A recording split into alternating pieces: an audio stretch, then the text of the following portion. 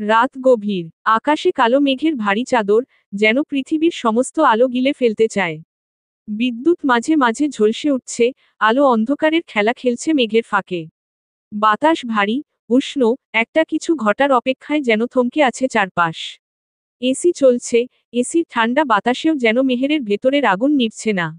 উত্তাপ কমছে না। মেহেরের চোখের ভেতর আগুন জ্বলছে, ধকধক করছে বুকে। হাতের মুঠোয় শক্ত করে ধরা কয়েকটা পুরনো পেপার কাটিং, আরুষের ছবি। আরুষকে ঘিরে একটা গভীর অন্ধকার আছে, যে অন্ধকারের রহস্য সে আর বইতে পারছে না। তার চোখ ধেয়ে গেল আরুষের দিকে। আরুষ চুপচাপ বসে বসে ভীষণ মনোযোগ নিয়ে ল্যাপটপে কিছু দেখছে। চোখে এক অদ্ভুত ক্লান্তি। কিন্তু মেহের জানে, এই ক্লান্তির আড়ালে অন্য কিছু লুকিয়ে আছে। আমার বাবার সাথে আপনার লিঙ্ক কি? আরুষ বিরক্ত হয়ে তাকালো। কপালের শিরাগুলো টানটান, চোয়ালে দৃঢ়তা। ঠোঁটের কোণে এক ব্যঙ্গাত্মক হাসি ফুটে ওঠে। সারাক্ষণ বাবা বাবা করো, নিজের বাচ্চার বাবার খোঁজ তো রাখো না। মেহেরের রক্ত গরম হয়ে ওঠে। এই মানুষটা সবকিছু এড়িয়ে যেতে চায়। আজ না, আজ সে পালাতে পারবে না। সোজা কথায় উত্তর দিন। বাবাকে আপনি চিনতেন? আরুষ এড়িয়ে যেতে ল্যাপটপ নিয়ে দরজার দিকে পা বাড়ালো। মেহের এক ঝটকায় সামনে গিয়ে পথ আটকে দাঁড়ায়। তারা এখন জন মুখোমুখি দাঁড়িয়ে। নিঃশ্বাস ভারী হয়ে এসেছে জনেরই। আমার উত্তর চাই। আরুষ স্থির তাকিয়ে রইল তার চোখে। ঠান্ডা, অনুভূতিহীন চোখ, যেন কোনো কিছুই তাকে স্পর্শ করতে পারে না। কিন্তু মেহের জানে, এই নিস্পৃহতার নিচে তীব্র কিছু আছে। মেহেরের হাতের পেপার কাটিংগুলো ছিটকে পড়ল মাটিতে। ছবিগুলোও বিবর্ণ সাদা কালো ছবি। ছোট একটা ছেলের ছবি, যার চোখে ভয় আর রাগ মিশে আছে। সাল 1996, আরুষ শেখের বয়স তখন 14। 4 দিন পর তাকে উদ্ধার করা হয়। পুলিশের ধারণা সে অপরাধের সাথে যুক্ত। বিদ্যুৎ চমকালো। জানালার বাইরে গাছের ছায়া অন্ধকারে নড়ে উঠল। ঘরের মধ্যে আলো আধারের খেলা। আরুষ চোখ সরু করে তাকালো মেহেরের দিকে। এসব তুমি কোথায় পেলে? বাবার লকারে, কাটিং আর্টিকেলে। আরুষ এবার মুখ ফিরিয়ে নিল। শিরদাঁড়া সোজা রেখে এক গভীর শ্বাস নিল, যেন নিজেকে নিয়ন্ত্রণ করছে। হঠাৎ কঠিন স্বরধ্বনিতে বলল আরুষ, তোকে বলেছিলাম এসবে ঢুকতে না। কিন্তু তুই সোজা কথা শোনার মেয়েই না। ডেলিভারি হওয়ার পর্যন্ত বাসা থেকে বের হবি না। ডক্টর বাসায় এসে চেক আপ করে যাবে। মেহের বিস্ফোরিত চোখে তাকিয়ে থাকলো আরুষের দিকে। এই একই লাইন, বারবার একইভাবে তাকে থামিয়ে দেওয়ার চেষ্টা। ওর ধৈর্য ছিঁড়ে গেল। আরুষ আবার দরজার দিকে পা বাড়ালো, এবার সত্যিই চলে যাবে। মেহের কাপা হাতে এক ঝটকায় আরুষের কলার টেনে ধরল। ঝড়ের মতো চিৎকার করে উঠল, আমার বাবার মৃত্যু রহস্য আপনার মধ্যে লুকিয়ে আছে। ছাড়ব না আমি আপনাকে। ধ্বংস করে ফেলব সবকিছু। আমার বাবাকে যে কেড়ে নিয়েছে, তাকে আমি বাঁচতে দেব না। সে যদি আমার স্বামী হয়, তবুও না। আরুষ থমকে গেল। যেন কয়েক সেকেন্ডের জন্য সময় থমকে দাঁড়িয়েছে তাদের মাঝে। চোখের সামনে কাঁপতে থাকা মেহের। মুখ তেতে আছে রাগে, কষ্টে, বেদনায়। অথচ আরুষের মুখে কোনো ভাবান্তর নেই। ধীরে ধীরে সে মেহেরের হাত সরিয়ে নিল তার কলার থেকে। দীর্ঘ দৃষ্টি নিয়ে মেহেরের দিকে চাইল। আমাকে ধ্বংস করতে গেলে তুমিও ছাই হবে জান। চ্যাম্পোকে পেটে নিয়ে এত ভার বইতে পারবে না। সত্য তুমি একদিন জানবেই, সেদিন বুঝতে পারবে আমি কেন বারবার আটকাচ্ছিলাম। কিছু সত্য অমীমাংসিত থাকলেই ভালো, অন্তত ভেঙেচুরে দিতে পারে না। তারপর দরজা খুলে বেরিয়ে গেল ঘর থেকে। মেহের নিজের অবস্থানে স্থির দাঁড়িয়ে রইল, ক্ষোভে দেহটা থরথর করে কাঁপছে। বুকের ভেতর ঝড় উঠেছে। বিদ্যুৎ চমকালো আবার, জানালার কাছে একটা বৃষ্টির ফোঁটা ঝাপটে পড়ছে। তার মনে একটাই প্রশ্ন ঘুরপাক খাচ্ছে। আরুষ তার বাবার খুনি? উদ্ধৃতি চিহ্ন _85। বাড়ির লনে দাঁড়িয়ে আছে আরুষ। রাত প্রায় গভীর হওয়ার পথে। আকাশ জুড়ে মেঘের ঘন স্তর, কোনো তারা নেই, চাঁদের আলো নিভে গেছে কালো অন্ধকারে। চারপাশে নিস্তব্ধতা, শুধু রাতের ঠান্ডা বাতাসের হালকা শো শো শব্দ শোনা যাচ্ছে। বোধহয় বৃষ্টি নামবে। শীতল বাতাস কাঁপিয়ে দিচ্ছে চারদিক। যেন প্রকৃতিও আজ ভয়ানক কিছু প্রত্যক্ষ করতে চলেছে। আরুষ সিগারেট ধরালো। আগুনের ক্ষীণ আলো এক মুহূর্তের জন্য তার মুখটা আলোকিত করল, তারপর সবকিছু আবার অন্ধকারে হারিয়ে গেল।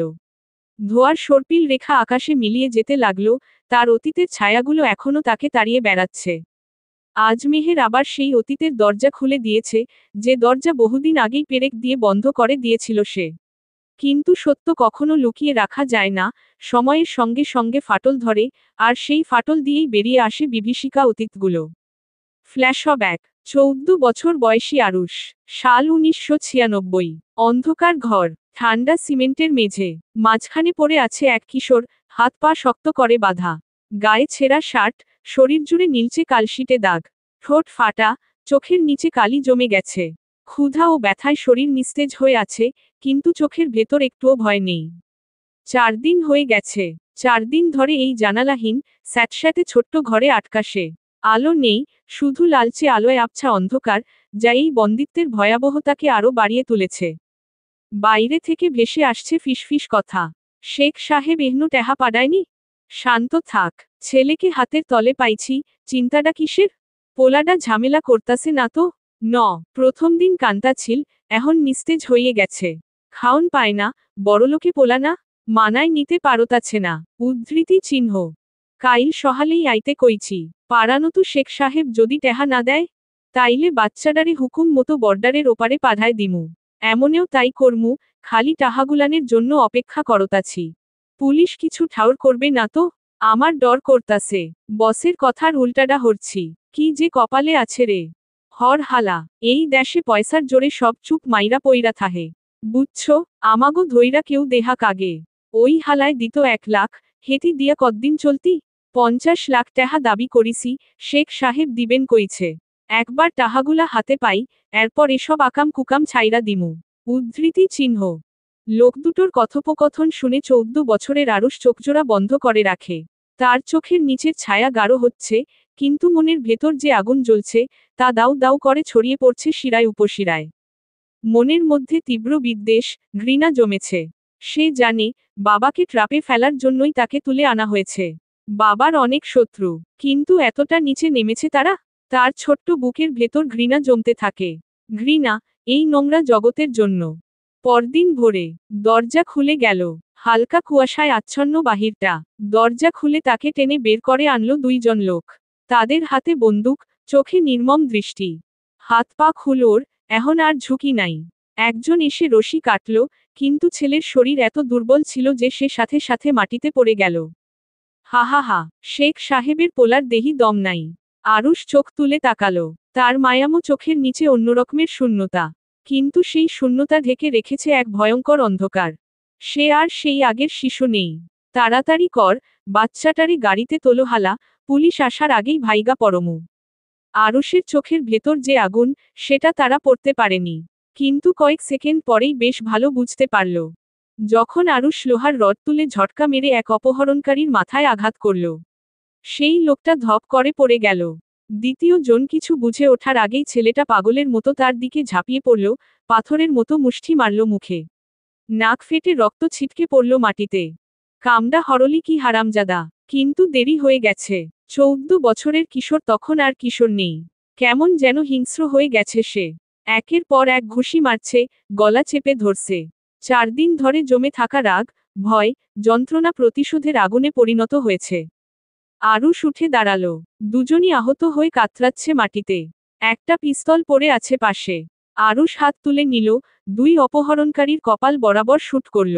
জীবনের প্রথম খুন, প্রথমবার ছিল অথচ তার হাত কাঁপল না একটুও না। বাইরে তখন পুলিশ এসে পৌঁছেছে, রুহুল শেখে লোকেরা এসেছে তাকে উদ্ধার করতে। কিন্তু তারা যা দেখল, তাতে স্তব্ধ হয়ে গেল প্রত্যেকে। একটা 14 বছরের ছেলে, রক্তমাখা হাতে বন্দুক, তার সামনে দুটো নিথর দেহ। চোখে একরত্তি ভয় নেই। পুলিশ যখন তাকে ধরে নিয়ে গেল, তখন চারপাশে নিউজ ক্যামেরা, সাংবাদিকদের ফ্ল্যাশ জ্বলছে। 14 বছরের এক কিশোর কিভাবে এইসব করল? শেখ সাহেবের ছেলে কি অপরাধের জগতে পা রাখল? পুলিশ বলছে, এই বাচ্চা অপরাধের সঙ্গে যুক্ত থাকতে পারে। Underscore dot dot dot dot বর্তমান। আরুষ সিগারেটে শেষ টান দিয়ে মাটিতে ছুঁড়ে ফেলল। ধোঁয়ার শেষ কণা বাতাসে মিশে গেছে, কিন্তু বুকের ভেতরের ধোঁয়াটা আরও কালো হয়ে উঠল।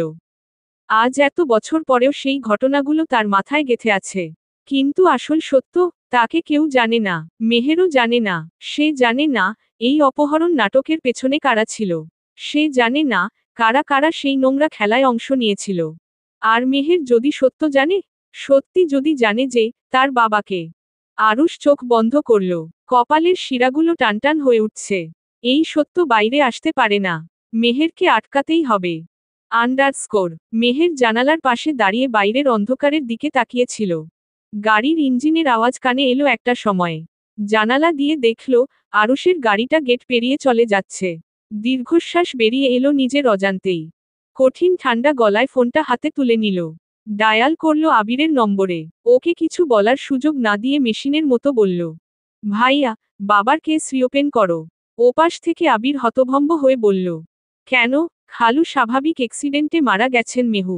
তদন্ত হয়েছিল তখন। মেহেরের চোখ রক্তিম হয়ে উঠল। আমার বাবার মৃত্যু স্বাভাবিক ছিল না। সে খুন হয়েছে। কিন্তু মেহু অনুমান করে কেস ওপেন হয় না। মেহের এবার গর্জে উঠল, অফিসার, মিসেস মেহের শেখের অর্ডার এটা। কাল থেকে তদন্ত শুরু করবেন, নয়তো ডিউটির প্রতি অবহেলার কারণে আপনার নামে কেস হবে। এতটুকু বলে ফোন কেটে দিল সে। ওপাশে স্তব্ধ হয়ে রইল আবির। এই মেহের তো তার পরিচিত নয়। এমন শীতল, এমন দৃঢ়। ঘরের মধ্যে পিনপিনে নিস্তব্ধতা। মেহের জানালার পাশে গিয়ে দাঁড়ায়। বাইরে একটানা বৃষ্টি পড়ছে। পরিবেশে শীতল আভা ছড়াচ্ছে, কি নিদারুণ স্নিগ্ধতা বৃষ্টির। অথচ আজকের স্নিগ্ধতা মেহেরকে উঠে পারছে না। বৃষ্টি তার মন ভালো করছে না। মেহেরের হাতে শক্তভাবে ধরা বাবার রেখে যাওয়া রুবিক্স কিউব। মেলানোর চেষ্টা করছে বারবার, বাবার কাছে মেলানো শিখেছিল, সূত্র জানে। অথচ মিলছে না। যেমন তার প্রশ্নের উত্তরগুলো মিলছে না। আর সত্য, সেটা যেন এক অন্ধকার রাস্তায় হারিয়ে যাচ্ছে। ৮৬। বৃষ্টিমুখর রাত। বিদ্যুতের আলোয় ঝলসে ওঠা আকাশের নিচে, কালো বিএমডাব্লিউ এম8 ছুটে চলছে শান্তির শহরের রাস্তা ধরে। আরুষের মাথা কাজ করছে না। চিন্তাগুলো জট পাকিয়ে যাচ্ছে, কিভাবে মেহেরকে আটকাবে, সে দিশেহারা। এক মুহূর্তও স্থির থাকতে পারছে না। গন্তব্যহীন তাই ছুটে চলেছে ছেলেটা, যেন পথের শেষেই কোনো উত্তর লুকিয়ে আছে। গাড়ির ইঞ্জিনের গর্জন বৃষ্টির শব্দ ছাপিয়ে যাচ্ছে, তবু অস্থিরতা কমে না। স্টিয়ারিং চেপে ধরা হাতের শিরাগুলো ফুলে উঠেছে। মাথার ভেতর শুধু একটাই প্রশ্ন, কিভাবে আটকাবে মেহেরকে? মেহের দূরে চলে গেলে? চোখের সামনে ভেসে উঠল মেহেরের মুখখানা, সেই বিদ্রোহী চোখ। যেন কোনো প্রতিরোধী তাকে দমাতে পারবে না। আরুষ ঠোঁট কামড়ে ধরল। না, ওকে যেতে দেওয়া যাবে না।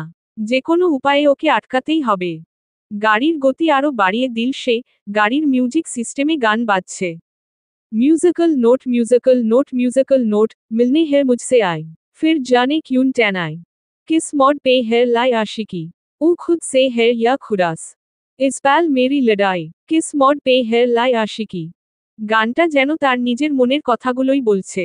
কে জানতো প্রতিশোধ নিতে গিয়ে নিজের সর্বনাশ ডেকে আনবে, আগুনের কুণ্ডলীকে ভালোবাসবে। তার থেকে অন্ধকার অতীতগুলো লুকাতে অস্থির হয়ে উঠতে হবে। শ্বেতপদ্ম যে বড্ড ভালো, আরুষকে সে মারতে পারবে ঘৃণার দরুন। তাতে কষ্ট নেই, কিন্তু নিজেকে, নিজের অস্তিত্বকে, রক্তকে কিভাবে ত্যাগ করবে সে? ওর যে সহ্য হবে না। যে অপরাধ নামক বস্তুকে মেহের ঘৃণা করে তা ওকে টেনে নিয়ে যাবে ধ্বংসাবশেষে। বেঁচে থেকেও মরে যাবে মেহের। আরুষ থাকতে তার শ্বেতপদ্ম মারা যাবে, এ কি হতে দেওয়া যায়? टूटा हुआ साज हूं मेन, खुद से हाय नाराज हूं मेन, सीन में जो कहीं पे दबी है, ऐसी कोई आवाज हूं मेन, सन ल मुझे टू बिन काए, कब तक खामोशी दिल सहे, अशिकी बाजी है या टैस्की, टट्टे बंटी बिस्बास की, अशिकी बाजी है या टैस्की, टट्टे बंटी बिस्बास की। মেহের যদি বুঝতো, শুনতে পেত কত নীরবতা, কত কাল রাতের আর্তনাদ, কত শত কান্নার গোঙানির শব্দ সে দাবিয়ে রেখেছে বুকের ভেতর। মানুষটা সে খারাপ, খুব খারাপ। মেহের তো ভালো। কেন তবে একটু দয়া করে না? কি এমন চেয়েছিল সে? একটু সাহারা, ভালো সঙ্গতা। ব্যাস, আজ তার কথাগুলো যদি মেনে নিত, তবে তো সত্য মাটিচাপা দিতে ছুটতে হতো না এইভাবে। গাড়ির জানালায় বৃষ্টির ফোঁটা আঘাত হানছে, ঠিক যেমন তার চিন্তাগুলো ওকে আঘাত করছে বারবার। আরুষের সিক্স সেন্স বলছে, নৌশাদ হোসাইনের সব লেনদেন একমাত্র একজনের কাছে আছে, তার বিশ্বস্ত আইনজীবী, জাহিন ইলিয়াস। হা, শেয়ালটা জানেই না, তার ঘুম ভাঙাতে শিকারী আসছে। ঠোঁটের কোণে একটা বাঁকা হাসি ফুটে ওঠে আরুষের। চোখে ঝলক দেয় একরোখা কঠোরতা। আরুষ গাড়ির স্টিয়ারিং এক হাতে ধরে অন্য হাতে রায়হানকে কল দেয়। ছেলেদের রেডি কর, ৫ মিনিটের মধ্যে আসবি, রিভারসাইড ওয়ারহাউস। কাল্পনিক। রায়হানের স্বর করা, সবাই ফুল গিয়ারে থাকবে, বসো। হুডির সাথে হেলমেট নিবি, মুখ যেন কেউ দেখতে না পায়। নাইট শ্যাডো গ্যাংয়ের প্রত্যেকে অন্ধকারের মানুষ, আলো আমাদের দরকার নেই। Dash dash dash. কালো বিএমডাব্লিউ ঝড়ের গতিতে থামে আরুষের ব্যক্তিগত রিসোর্টের সামনে। ডানে বামে না তাকিয়ে সরাসরি সে চলে গেল মাস্টার রুমে। চারপাশের বিলাসিতা তার চোখে পড়ে না, মন এখন আরেক যুদ্ধের প্রস্তুতিতে ব্যস্ত। শাওয়ার নিয়ে ঠান্ডা পানি দিয়ে মাথা পরিষ্কার করে নিল আরুষ। দাড়ি গরম মেজাজে কিচ্ছু হাসিল হয় না। জিততে হলে ঠান্ডা মাথায় খেলতে হয়, শান্ত থাকতে হয়। আগের টি শার্ট ট্রাউজার খুলে কোমরে সাদা তোয়ালে পেঁচিয়ে বেরিয়ে এলো আরুষ। বিলাসিতাম ঘরের সুন্দর আয়নার সামনে দাঁড়িয়ে নিজেকে দেখল। প্রশস্ত বুকের ছাতি, কালো ঠোঁট, ভাল্লুকের লোমের মতো কোকড়ানো ঘন চুল। নিজেকে জঙ্গলি হায়না মনে হয় মাঝে মাঝে আরুষের। আবার কখনো কখনো মনে হয় সে সন্তু কাকাবাবুর ইয়েতি। ভয়ঙ্কর, শক্তিশালী, গলা ছিঁড়ে গর্জন করতে পারে। যার ভয় রশিদ খন্দকার বাড়ি থেকে বের পর্যন্ত হচ্ছে না। শুধু বউটাই তাকে একরত্তি ভয় করে না। হঠাৎ হেসে ফেলে আরুষ। না পাক, নির্ভীক দৃষ্টি, আগুন চোখের চাহনি, ঝাঁসির রানীর মতো চণ্ডাল রূপ। এসবেই মানায় তার বউকে, ন্যাকা, আহ্লাদি মেয়ে হলে কবেই ছুঁড়ে ফেলে দিত। মেহের তার মতোই জেদি, একরোখা। তাই বোধ হয় সে প্রিয় নেশা। আর আজ যা যা করছে সব প্রিয় নেশার জন্যই। ড্রয়ার খুলে কালো শার্ট, ব্ল্যাক জিন্স ও সুদৃশ্য আরমানি কোট বের করে সে। হাতে ওঠে সবচেয়ে পছন্দের মডেলের গ্লক 19X বন্দুক। লোডেড চেম্বার, নিখুঁত গ্রিপ। শিকারকে আতঙ্ক দেওয়ার জন্য পারফেক্ট। আন্ডারস্কোর। ঘড়িতে তখন আনুমানিক রাত 2টো। শহর ঘুমাচ্ছে, শুধু প্যাঁচা, বাদুড় ও ছায়ামূর্তিরা জেগে আছে। রিভারসাইড ওয়্যারহাউস, পুরনো, অন্ধকারাচ্ছন্ন একটা পরিত্যক্ত জায়গা। একসঙ্গে 6টা মোটরবাইক এসে থামে। কালো হুডি মাথায় টেনে দেওয়া, মুখের অর্ধেক ঢেকে আছে। কেউ কারো চেহারা দেখতে পারবে না। আরুষ ব্যতিক্রম, সে একাই কোট পরেছে, কালো রঙের, যা বহন করে শোকের প্রতীক। মুখের একপাশে হালকা বাঁকা হাসি, আপাতদৃষ্টিতে দেখলে যা আসলে শিকারীর আত্মবিশ্বাস। আরুষ তাদের মাঝখানে এসে দাঁড়ায়। কালো কোটের নিচে গ্লক 19X লুকিয়ে রাখা। কোনো শব্দ যেন বাইরের কেউ না পায়। একটা সিকিউরিটি যেন টের না পায়। তার কণ্ঠে ঠান্ডা অথচ নির্দেশক ভঙ্গি। একজন জিজ্ঞাসা করে, আইনজীবী টের পেলে? আরুষ হাসে, ও ঘুমাচ্ছে, আমরা ওর স্বপ্নে ঢুকব। আন্ডারস্কোর। তখন রাত 2টা 15। বাইরে বৃষ্টি নামছে, মৃদু, কিন্তু অবিরাম। কাচের জানালায় জলবিন্দু জমছে, বিন্দুগুলো জড়ো হয়ে বয়ে যাচ্ছে সাপের মতো আঁকাবাঁকা পথে। ঝিঝি পোকার ডাক ছাপিয়ে মাঝে মাঝে বজ্রপাতের গর্জন শোনা যাচ্ছে। জাহিন ইলিয়াস বিলাসবহুল সিল্কের কম্বলের নিচে স্বপ্ন দেখছে, হয়তো টাকা, ক্ষমতা কিংবা কোনো অদৃশ্য প্রতিশোধের গল্প। রাত গভীর, ঘুম তার মগজে উপর দখল নিয়েছে। কিন্তু হঠাৎ ঘরের আলো জ্বলে উঠল। সে ঘুমের ঘোরে চোখ কচলাতে কচলাতে উঠতে গিয়েই জমে গেল। বুক ধক করে উঠল। তার সামনে দাঁড়িয়ে আছে কালো কোট পরা এক শিকারী। ঠান্ডা, অবিচল দৃষ্টি। পেছনে ছায়ার মতো দাঁড়িয়ে আছে 4জন, মুখ ঢাকা হুডির নিচে। কে, কে তোমরা? কণ্ঠ কাঁপছে, হাতের তালু ঘামে ভিজে গেছে। আরুষ ধীর, শিকারীর মতো হেঁটে সামনে এল। কোনো তাড়া নেই, তবুও মনে হলো যেন শূন্যতা কাঁপিয়ে এগিয়ে আসছে এক মৃত্যুদূত। আরুষ চেয়ার টেনে বসল, মুখে এক চিলতে ব্যঙ্গাত্মক হাসি। আমরা, আমরা তোর দুঃস্বপ্ন। জাহিন গিলে ফেলল নীরব চিৎকার। বুকের ভেতর দ্রুতলয়ে হার্টবিটের শব্দ হচ্ছে। চারপাশ নিস্তব্ধ। গার্ডস। একটা কর্কশ চিৎকার ছিটকে বের হলো তার গলা দিয়ে। শীষ সস।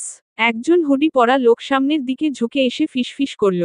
ঠান্ডা ভয়াবহ কণ্ঠ। চিৎকার করিস না, কেউ আসবে না। ঘরের নীরবতা আরো গাঢ় হয়ে এলো। জাহিনের শরীর অসাড় হয়ে যাচ্ছে। এবার সরাসরি আরুষের চোখে চোখ পড়ল। তুমি, আরুষ শেখ না? আরুষের ঠোঁটে ক্রূর হাসির আভাস। ধীরে ধীরে পকেট থেকে বন্দুক বের করল। সোজা তাক করল জাহিনের কপালের দিকে।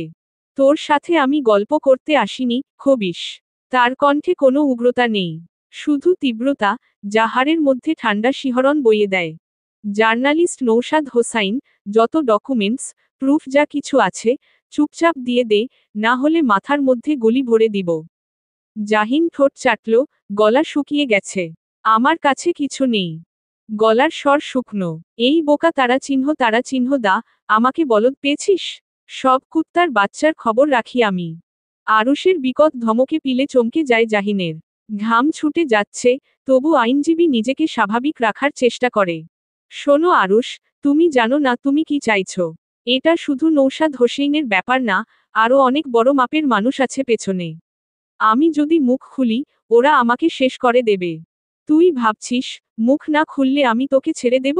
তার ইশারায় এক হুডি পরা লোক এগিয়ে এল। কোনো কথা নেই, শুধু শক্ত হাতে জাহিনের হাত চেপে ধরল পেছনে দিকে। একটা কথা বল। আরুষ ধীরে ধীরে সামনে ঝুঁকল। আমি যদি এখান থেকে বের হওয়ার আগেই তোর মাথার মধ্যে একটা বুলেট ঢুকিয়ে দিই, তাহলে তুই বাকিদের সাবধান করতে পারবি? জাহিনের চোখে প্রবল আতঙ্ক ফুটে উঠল। সে বেঁচে থাকার জন্য মরিয়া।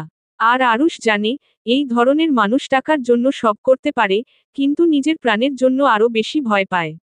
আমি কাউকে সাবধান করব না। প্লিজ, আমাকে মেরো না। আমি দিচ্ছি। জাহিন টলতে টলতে উঠে গিয়ে আলমারির পেছনে হাত রাখল। ক্লিক, সে সুইচ চাপার সাথে সাথে গোপন দরজা খুলে গেল। ভেতরে ছোট্ট একটা লাইব্রেরি। যে কেউ দেখলে ভাববে, সে শুধু একজন জ্ঞানপিপাসু মানুষ। কিন্তু না, জাহিন দ্রুত ড্রয়ার খুলে একটি পেনড্রাইভ বের করে তুলে দেয় আরুষের হাতে। এতে সব লেনদেনের রেকর্ড, ট্রানজেকশন ডিটেইলস, সব রকম দলিল আছে। প্লিজ, আমাকে ছেড়ে দাও। আরুষ কিছুক্ষণ তাকিয়ে থাকল পেনড্রাইভের দিকে। এরপর জাহিনের দিকে চেয়ে শীতল হুমকি দিয়ে বলল, ভুলে যাস না, তুই এখনো বেঁচে আছিস কারণ আমি করুণা করেছি। ঠান্ডা গলায় বলা বাক্যটা যেন ঘরের তাপমাত্রা আরও কয়েক ডিগ্রি কমিয়ে দিল। জাহিন ইলিয়াস কেঁপে উঠল। আরুষ আর দাঁড়ালো না। কালো হুডি পরা ছায়াগুলো আরুষকে অনুসরণ করে ধীর পায়ে বেরিয়ে গেল ঘর থেকে। জাহিন ইলিয়াস যেন হাঁফ ছেড়ে বাঁচে। ধপ করে বিছানায় বসে পড়ল সে। ঘরটা একটু আগে নিম্নচাপ ঢুকে পড়েছিল, ভারী হয়ে উঠেছিল বাতাস, তবে এখন সেটা কেটে গেছে। ঘরটা আবছা আধারে ঢাকা, যেন কোথাও হারিয়ে গেছে সময়। নৌশাদ হোসাইন সাদা পাঞ্জাবি পরিহিত, তার মুখাবয়বের বিষণ্ণতা গভীর আছড়ের মতো, দেখে মনে হচ্ছে দীর্ঘদিনের কোনো কষ্ট তার চোখে লেগে রয়েছে। তিনি জানালার ধারে বসে আছেন, একদৃষ্টে তাকিয়ে রয়েছেন ঘরের দেয়ালে ঝুলন্ত ঘড়িটার দিকে। ঘড়ির লম্বা কাঁটা ক্রমাগত দুলছে, তার ভেতর এক অজানা বিষাদ বাড়ছে। যেন সময়ের স্রোতে হারিয়ে যাচ্ছে কিছু মূল্যবান মুহূর্ত, আর সেই ক্ষণগুলো তাকে আরও গভীর যন্ত্রণায় ভাসিয়ে নিচ্ছে। তার সত্তা অন্ধকারে ডুবে যাচ্ছে, যেখানে কোনো উত্তর নেই, শুধু শূন্যতা। তিনি হঠাৎ করে মেহেরের দিকে গভীর চাহনি ফেলে তাকালেন। সে চোখে দীর্ঘশ্বাস, চাপ, কিছু একটা, যা ভেতর থেকে তার গলা দিয়ে বের হয়ে আসতে চায়। তিনি বিষণ্ণ সুরে বললেন, সবকিছু চোখের সামনে, তবু তুই আমায় খুঁজে পেলি না মা? আমি খুব কষ্টে আছি। আমায় সাহায্য কর মা। কথাগুলোর ভিতর একরকম নিঃসঙ্গতার গভীর সুর বাজছে। তিনি রকিং চেয়ার থেকে উঠে দাঁড়ালেন। দরজার দিক থেকে রহস্যময় সাদা ধোঁয়া ঘরে প্রবেশ করছে। যেদিকে তার বাবা ধীরলয়ে হেঁটে চলেছে। বাবা দাঁড়াও, কথা আছে। শোনো। মেহের ছুটে গিয়ে বাবাকে ধরতে চাইছিল, কিন্তু যতই এগিয়ে যাচ্ছিল, বাবাও আরও দূরে চলে যাচ্ছিল। মেহের বাবাকে উঠে পারল না। তিনি গুম হয়ে ঘর থেকে বেরিয়ে গেলেন। এরপর সব শূন্য। এক মুহূর্তেই তার শূন্যতা পুরো ঘরটা ছড়িয়ে পড়ল। মেহের চিৎকার করে কাঁদতে কাঁদতে ডাকল, বাবা, আমার সাথে কথা বলো। যেও না বাবা। কিন্তু আর তার দেখা মিলল না। আন্ডারস্কোর। মেহের ধরফর করে বিছানা ছেড়ে উঠে বসল। শরীর ঘামে একদম ভিজে গেছে। গলা শুকিয়ে গেছে, আকস্মিক ধাক্কায় কথা বলার শক্তিটুকু নেই। চারিদিকে ফজরের আজানের মধুর ধ্বনি শোনা যাচ্ছে। তবে এই সুর তাকে শান্তি দিচ্ছে না, বরং অদ্ভুত এক ভয় তাকে গ্রাস করছে। মেহের একটু ধাতস্থ হয়। আজানের ধ্বনি শুনে একটুখানি শান্তি অনুভব করার চেষ্টা করল। এরপর ওড়নার আঁচল দিয়ে ঘাম মুছে নেয় সে। স্বপ্ন, সে তার বাবাকে দেখেছিল। অনেকদিন পর, এমন স্বপ্ন আর দেখা হয়নি। কিন্তু কেন এই স্বপ্ন? কেন সে এমন অদ্ভুত দৃশ্যটা দেখল? মেহের নিজের কাছে জবাব খুঁজে পাচ্ছে না। স্বপ্নের অর্থ কি হতে পারে? নাকি এটা শুধু তার মনস্তাত্ত্বিক বিভ্রান্তি? মনে মনে সে নিজেকে প্রশ্ন করছে। বিছানা ছেড়ে উঠে, মেহের দ্রুত ফ্রেশ হয়ে নেয়। তার সমস্ত শরীর যেন এক অদ্ভুত ভারী হয়ে উঠেছে, কিন্তু তারপরও নিজেকে সামলে নিল। আপাতত সে গেস্ট রুমে অবস্থান করছে। আরুষের সাথে একসঙ্গে ঘুমাতেও শরীর বিড়বিড় করে। যথাসম্ভব গত 3 দিন যাবৎ সে এড়িয়ে চলছে সে আরুষকে। আরুষও বেশি ঘাটে না ওকে। সামনে ইলেকশন আরুষের। খুব ব্যস্ত দেখা যায় তাকে। করে নামাজে দাঁড়িয়ে, বাবার জন্য অন্তর থেকে প্রার্থনা করতে থাকে মেহের। মোনাজাতে তার কণ্ঠে একটা দোয়াই বারবার উঠে আসে, বাবা জান্নাতবাসী হোক। নামাজ শেষ করে মেহের দোতলার খোলা বারান্দার দোলনাটায় গিয়ে বসে। সকালের শীতল বাতাস এসে শরীর ছুঁয়ে দিচ্ছে। আকাশের কোণে সামান্য সাদা মেঘ।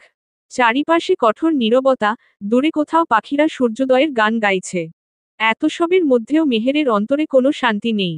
ও জানে না কেন, কিভাবে এমন অদ্ভুত স্বপ্নের অর্থ বের করা যাবে।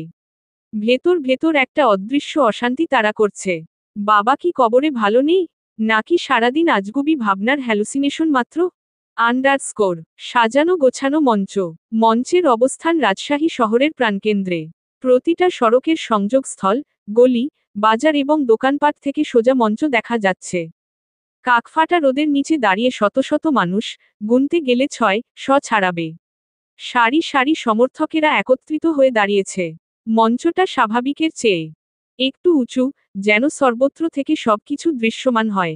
স্টেজের পেছনে বিশাল একটা ব্যানার ঝুলছে, যেখানে সাদার ওপর বড় বড় কালো অক্ষরে লেখা আরুষ ভাইয়ের আগমন। সে যদি হয় পৌর মেয়র, সবার হবে উন্নয়ন, সবার জন্য সুশাসন। মঞ্চের একপাশে বড় একটা মাইক সিস্টেম, যার শব্দ দূর দূরান্তে পৌঁছাবে।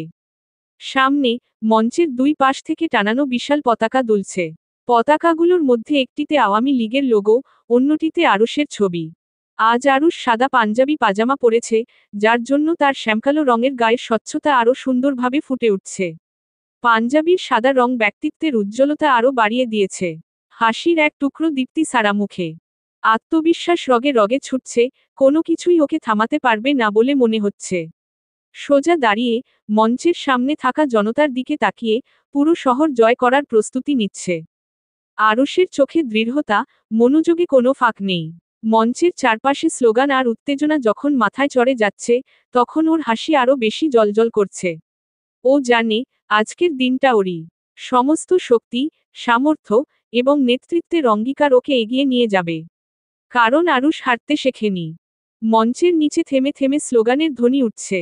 আরুষ ভাই, আরুষ ভাই, হয় যদি সে পৌর মেয়র, শহরে উঠবে নতুন ভোর।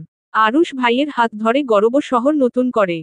আসুন, সবাই মিলে গড়ি নতুন পৌরসভা, যেখানে থাকবে সুশাসন, উন্নয়ন আর স্বচ্ছতা। খানিক উত্তাল সমর্থকের চিৎকারে চারপাশ আন্দোলিত হচ্ছে।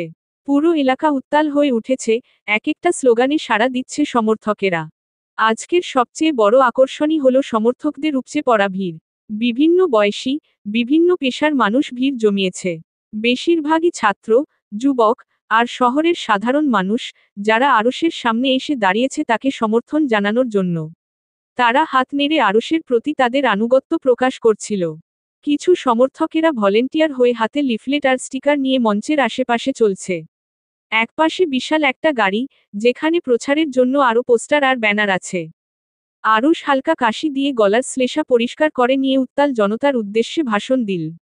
শুধু স্লোগান নয়, আমি সেই নেতা, যারা কথা নয়, কাজে বিশ্বাসী। আমাদের পৌরসভায় এমন একজন নেতা দরকার, যিনি শুধু কথা বলবে না, বরং কাজ করে দেখাবে। আমি তার প্রমাণ হব ইনশাআল্লাহ।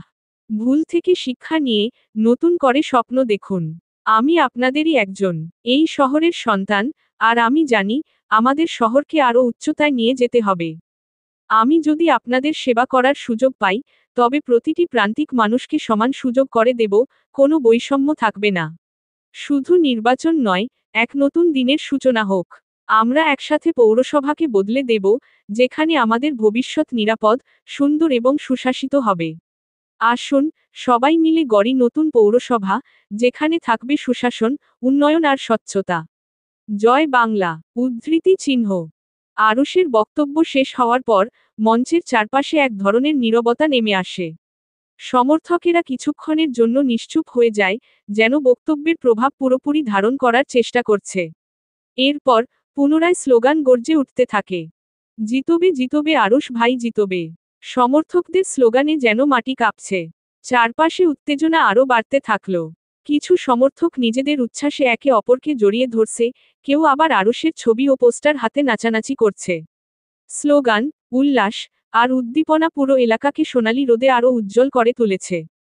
আরুষ মঞ্চে দাঁড়িয়ে জনতার দিকে এক দীর্ঘ দৃষ্টি ফেলে মুচকি হাসে, চোখে তীব্র আত্মবিশ্বাস। মঞ্চে কিছু সময় দাঁড়িয়ে থেকে, তিনি হালকা মাথা নেড়ে জনতাকে শান্ত হতে ইঙ্গিত দেয়। তারপর, আরুষ মঞ্চের নিচে এসে সমর্থকদের সঙ্গে হাতে হাত মিলিয়ে কুশল বিনিময় শুরু করে। কিছু সমর্থক তার দিকে এগিয়ে এসে তাকে সেলফি তোলার জন্য অনুরোধ করে, আর অনেকেই ওকে আরও কাছ থেকে দেখার সুযোগ পেয়ে খুশিতে বাকবাকম। মঞ্চের একপাশে একজন তরুণ হালকা কাঁপানো কণ্ঠে বলল, আপনার মতো একজন নেতা যদি পৌর মেয়র হন, তাহলে আমাদের শহরের প্রতিটা কোণে হবে উন্নত। আরুষ বিনয়ী হাসি দিয়ে বলল, আমরা সবাই একসাথে কাজ করলে স্বপ্ন সত্যি হবে। আপনাদের বিশ্বাস, সম্মান এবং ভালোবাসা পেলে সবকিছু গড়ে তুলতে পারবো ইনশাআল্লাহ। উদ্ধৃতি চিহ্ন। মঞ্চ থেকে আবার স্লোগান আবার শোনা যায়। একসাথে এগিয়ে যাব, সব সমস্যা রুখে দিব। পাশে থাকলে আরুষ ভাই, পুরো শহর বদলে দেব। জয় বাংলা। মঞ্চ থেকে সামান্য সরে আরুষ গাড়িতে ওঠে বসে। গোটা শহরে ঘুরে ঘুরে এখন শোডাউন হবে। সমর্থকরাও আরুষের সাথে সাথে চলতে লাগলো, অগণিত বাইকের দখলে গোটা রাস্তা। পুরো পথটা আনন্দের মিছিলে পরিণত হয়েছে। যদিও এটা ছিল শুধু প্রথম পদক্ষেপ মাত্র, কিন্তু আরুষ জানে, এখন তাকে আরও অনেক পথ পাড়ি দিতে হবে। আশা করা যায় ওই জিতবে। কারণ আরুষ হারতে শেখেনি। ফেসবুকে লাইভে আরুষের কীর্তির আংশিক দৃশ্য দেখে নিল মেহের। মোবাইলটা ধপ করে ছুঁড়ে দিল বিছানার উপর। মেজাজ তেতো হয়ে গেছে মেয়েটার। শালা বদমাইশ তাকে বাড়িতে আটকে রেখে গোটা শহর শোডাউন দিয়ে বেড়াচ্ছে। যেই না চেহারা নাম রাখছে পেয়ারা। এই ব্যাটার জন্য এত মাতামাতি কিসের? ভালো মানুষ ইলেকশনে দাঁড়িয়েছে। ভুলক্রমে জিতে গেলে শহরটার দফারফা হবে। কোন রুচিতে তারা আরুষকে নমিনেশন দেয়? নাকি টাকা দিয়ে কিনে নিয়েছে? হতেই পারে, রাজনীতি শব্দটাই যেহারে নোংরা। এ ধরনের নোংরামি, কুটনামি, বাটপারি দুধভাত ব্যাপার। সময় গড়িয়ে প্রায় বিকেল। আকাশের রং বদলে গেছে, সূর্যের শেষ আলো জানালার ফাঁক গলে ঘরময় ছড়িয়ে পড়ছে। আরুষ ক্লান্ত শরীরে দরজা খুলে ঘরে ঢুকল। এক মুহূর্ত এদিকে ওদিক না তাকিয়ে সোজা বাথরুমে ঢুকে শাওয়ারের নিচে দাঁড়াল। কাঁধের ওপর ভারী ক্লান্তি জমে আছে, সারাদিন ঠান্ডা পানির নিচে দাঁড়িয়ে থাকলেও হয়তো সেই ক্লান্তি ধুয়ে যাবে না। কিছুক্ষণ পর গোসল শেষ করে ভেজা শরীর নিয়ে বেরিয়ে আসে আরুষ। কোমরে সাদা তোয়ালে লুঙ্গির মতো গিট্টু দেওয়া, গায়ে অসংখ্য পানির কণা চিকচিক করছে। চুলটাও সে মুছেনি, অনবরত পানি ঝরছে ঝাঁকড়া চুল থেকে। বের হয়েই আরুষের চোখ খুজল মেহেরকে। সকালে একবার দেখে গেছে, মেয়েটা ইদানিং তাকে পাত্তা দিচ্ছে না। বড্ড ইগনোর করা ধরেছে তাকে। কালো বলে কি এত অবহেলা? একেবারে কুচকুচে কালোও তো নয়। আর এমন ভাব নেওয়ার কারণই বাকি? সে কি রূপ সুন্দরী? অবশ্য কমও না। আরুষ ফিক করে হেসে ওই অবস্থায় সিঁড়ি ভেঙে নিচে নেমে এলো। বাড়ির সকল স্টাফ নিজ নিজ কাজে ব্যস্ত। কেউ তাকে খেয়াল করছে না। মেহের সোফায় বসে ঝিমাচ্ছে। ঘুম ঘুম পাচ্ছে, কিন্তু ঘুমাবে না এখন আর। দিনে ঘুমালে রাতে ঘুম আসে না তার। এমনিও শরীর মন ভালো নেই। হাজারটা চিন্তা, রহস্যের বেড়াজাল ছিঁড়ে ফেলছে মেয়েটাকে। এত চাপ নেওয়া যাচ্ছে না। আরুষ ধীর পায়ে এগিয়ে মেহেরের সামনে গিয়ে ঝুঁকে যায়। ঝাঁকড়া চুল ঝাড়া দেয়। মেহেরের মুখে চুলের পানি ছুটে গিয়ে পড়তেই সাথে সাথে চোখ খুলে তাকায়, নাক সিটকায় সে। ঘুম ভাব পুরোপুরি উবে গেছে। বিরক্তিতে ঠোঁট বাঁকিয়ে বলে, কি সমস্যা? আরুষ ঠোঁটের কোণে দুষ্টু হাসি টেনে বলল, ঘরে গিয়ে ঘুমাও। এটা কেমন ঘুমের স্টাইল? নাকি বাচ্চার মায়েরা এভাবেই বসে বসে ঘুমায়? মেহের চোখ সরু করে তাকালো। বাঁকা হয়ে ঝুঁকে থাকায় আরুষের গলায় থাকা চাবি সিস্টেম লকেটটা ঠিক ওর মুখের সামনে ঝুলছে। তবে এটার চেয়ে বেশি বিরক্তিকর ব্যাপার হলো, আরুষ ভেজা শরীর নিয়ে, খালি গায়ে, শুধুমাত্র তোয়ালে প্যাঁচিয়ে তার সামনে দাঁড়িয়ে আছে। মেজাজ ঠান্ডা রাখার চেষ্টা করল মেহের, কিন্তু পারল না। গলা খাকারি দিয়ে বলল, লজ্জাশরম নেই আপনার? বেয়াদবের মতো তোয়ালে পরে ঘুরছেন কেন? জামাকাপড়ের অভাব পড়েছে? এখন যদি টান দিয়ে খুলে নিই, ভালো হবে ব্যাপারটা। আরুষ খ্যাক খ্যাক করে হাসল। চোখ মেরে বলল, খুলে নাও। বউয়ের সামনে লজ্জা কিসের? এক বাচ্চার বাপদের লজ্জা থাকতে নেই জান। এত লজ্জা থাকলে দুই বাচ্চা হবে কিভাবে? মেহেরের মুখ রাগে লালাভ হয়ে গেল। চাপা গলায় গর্জে উঠল, থার্ড ক্লাস কথাবার্তা বাইরে গিয়ে করবেন। অশ্লীল নেতা। ছাত্রলীগ করে বেরানো মানুষগুলোই অশ্লীল, আপনি তো আবার সেই অশ্লীল গোষ্ঠীর সভাপতি। খুব তো অশ্লীল করছো। লাস্ট কবে আদর করেছি মনে করতে পারবে? কোথায় আমি অশ্লীল? দেখো, ভালো হয়ে গেছি। এখন আমি নিজেকে কন্ট্রোল করতে পারি। দাঁত কেলিয়ে মেহের রাগে গোজগোজ করছে। এই লোকটা সত্যিই অসহ্য। শালার ব্যাটা লুচ্চা, বাদরের বাদর। মেহের উঠে যাওয়ার জন্য পা বাড়াতেই আরুষ ওর হাত ধরে ফেলল। শক্ত করে ধরে টান দিয়ে নিজের কোলে বসিয়ে নিল। গভীর শ্বাস নিয়ে মুখ গুজল চুলের ভাঁজে। তৃপ্তি নিয়ে বলল, আহহ, এতক্ষণে পিওর অক্সিজেন পেলাম। মেহের ঝটকা দিয়ে উঠে দাঁড়ানোর চেষ্টা করছে, কিন্তু আরুষের বাঁধন শক্ত। আপনি মানুষ, ড্রয়িং রুমে লুচ্চামি না করলে হচ্ছে না?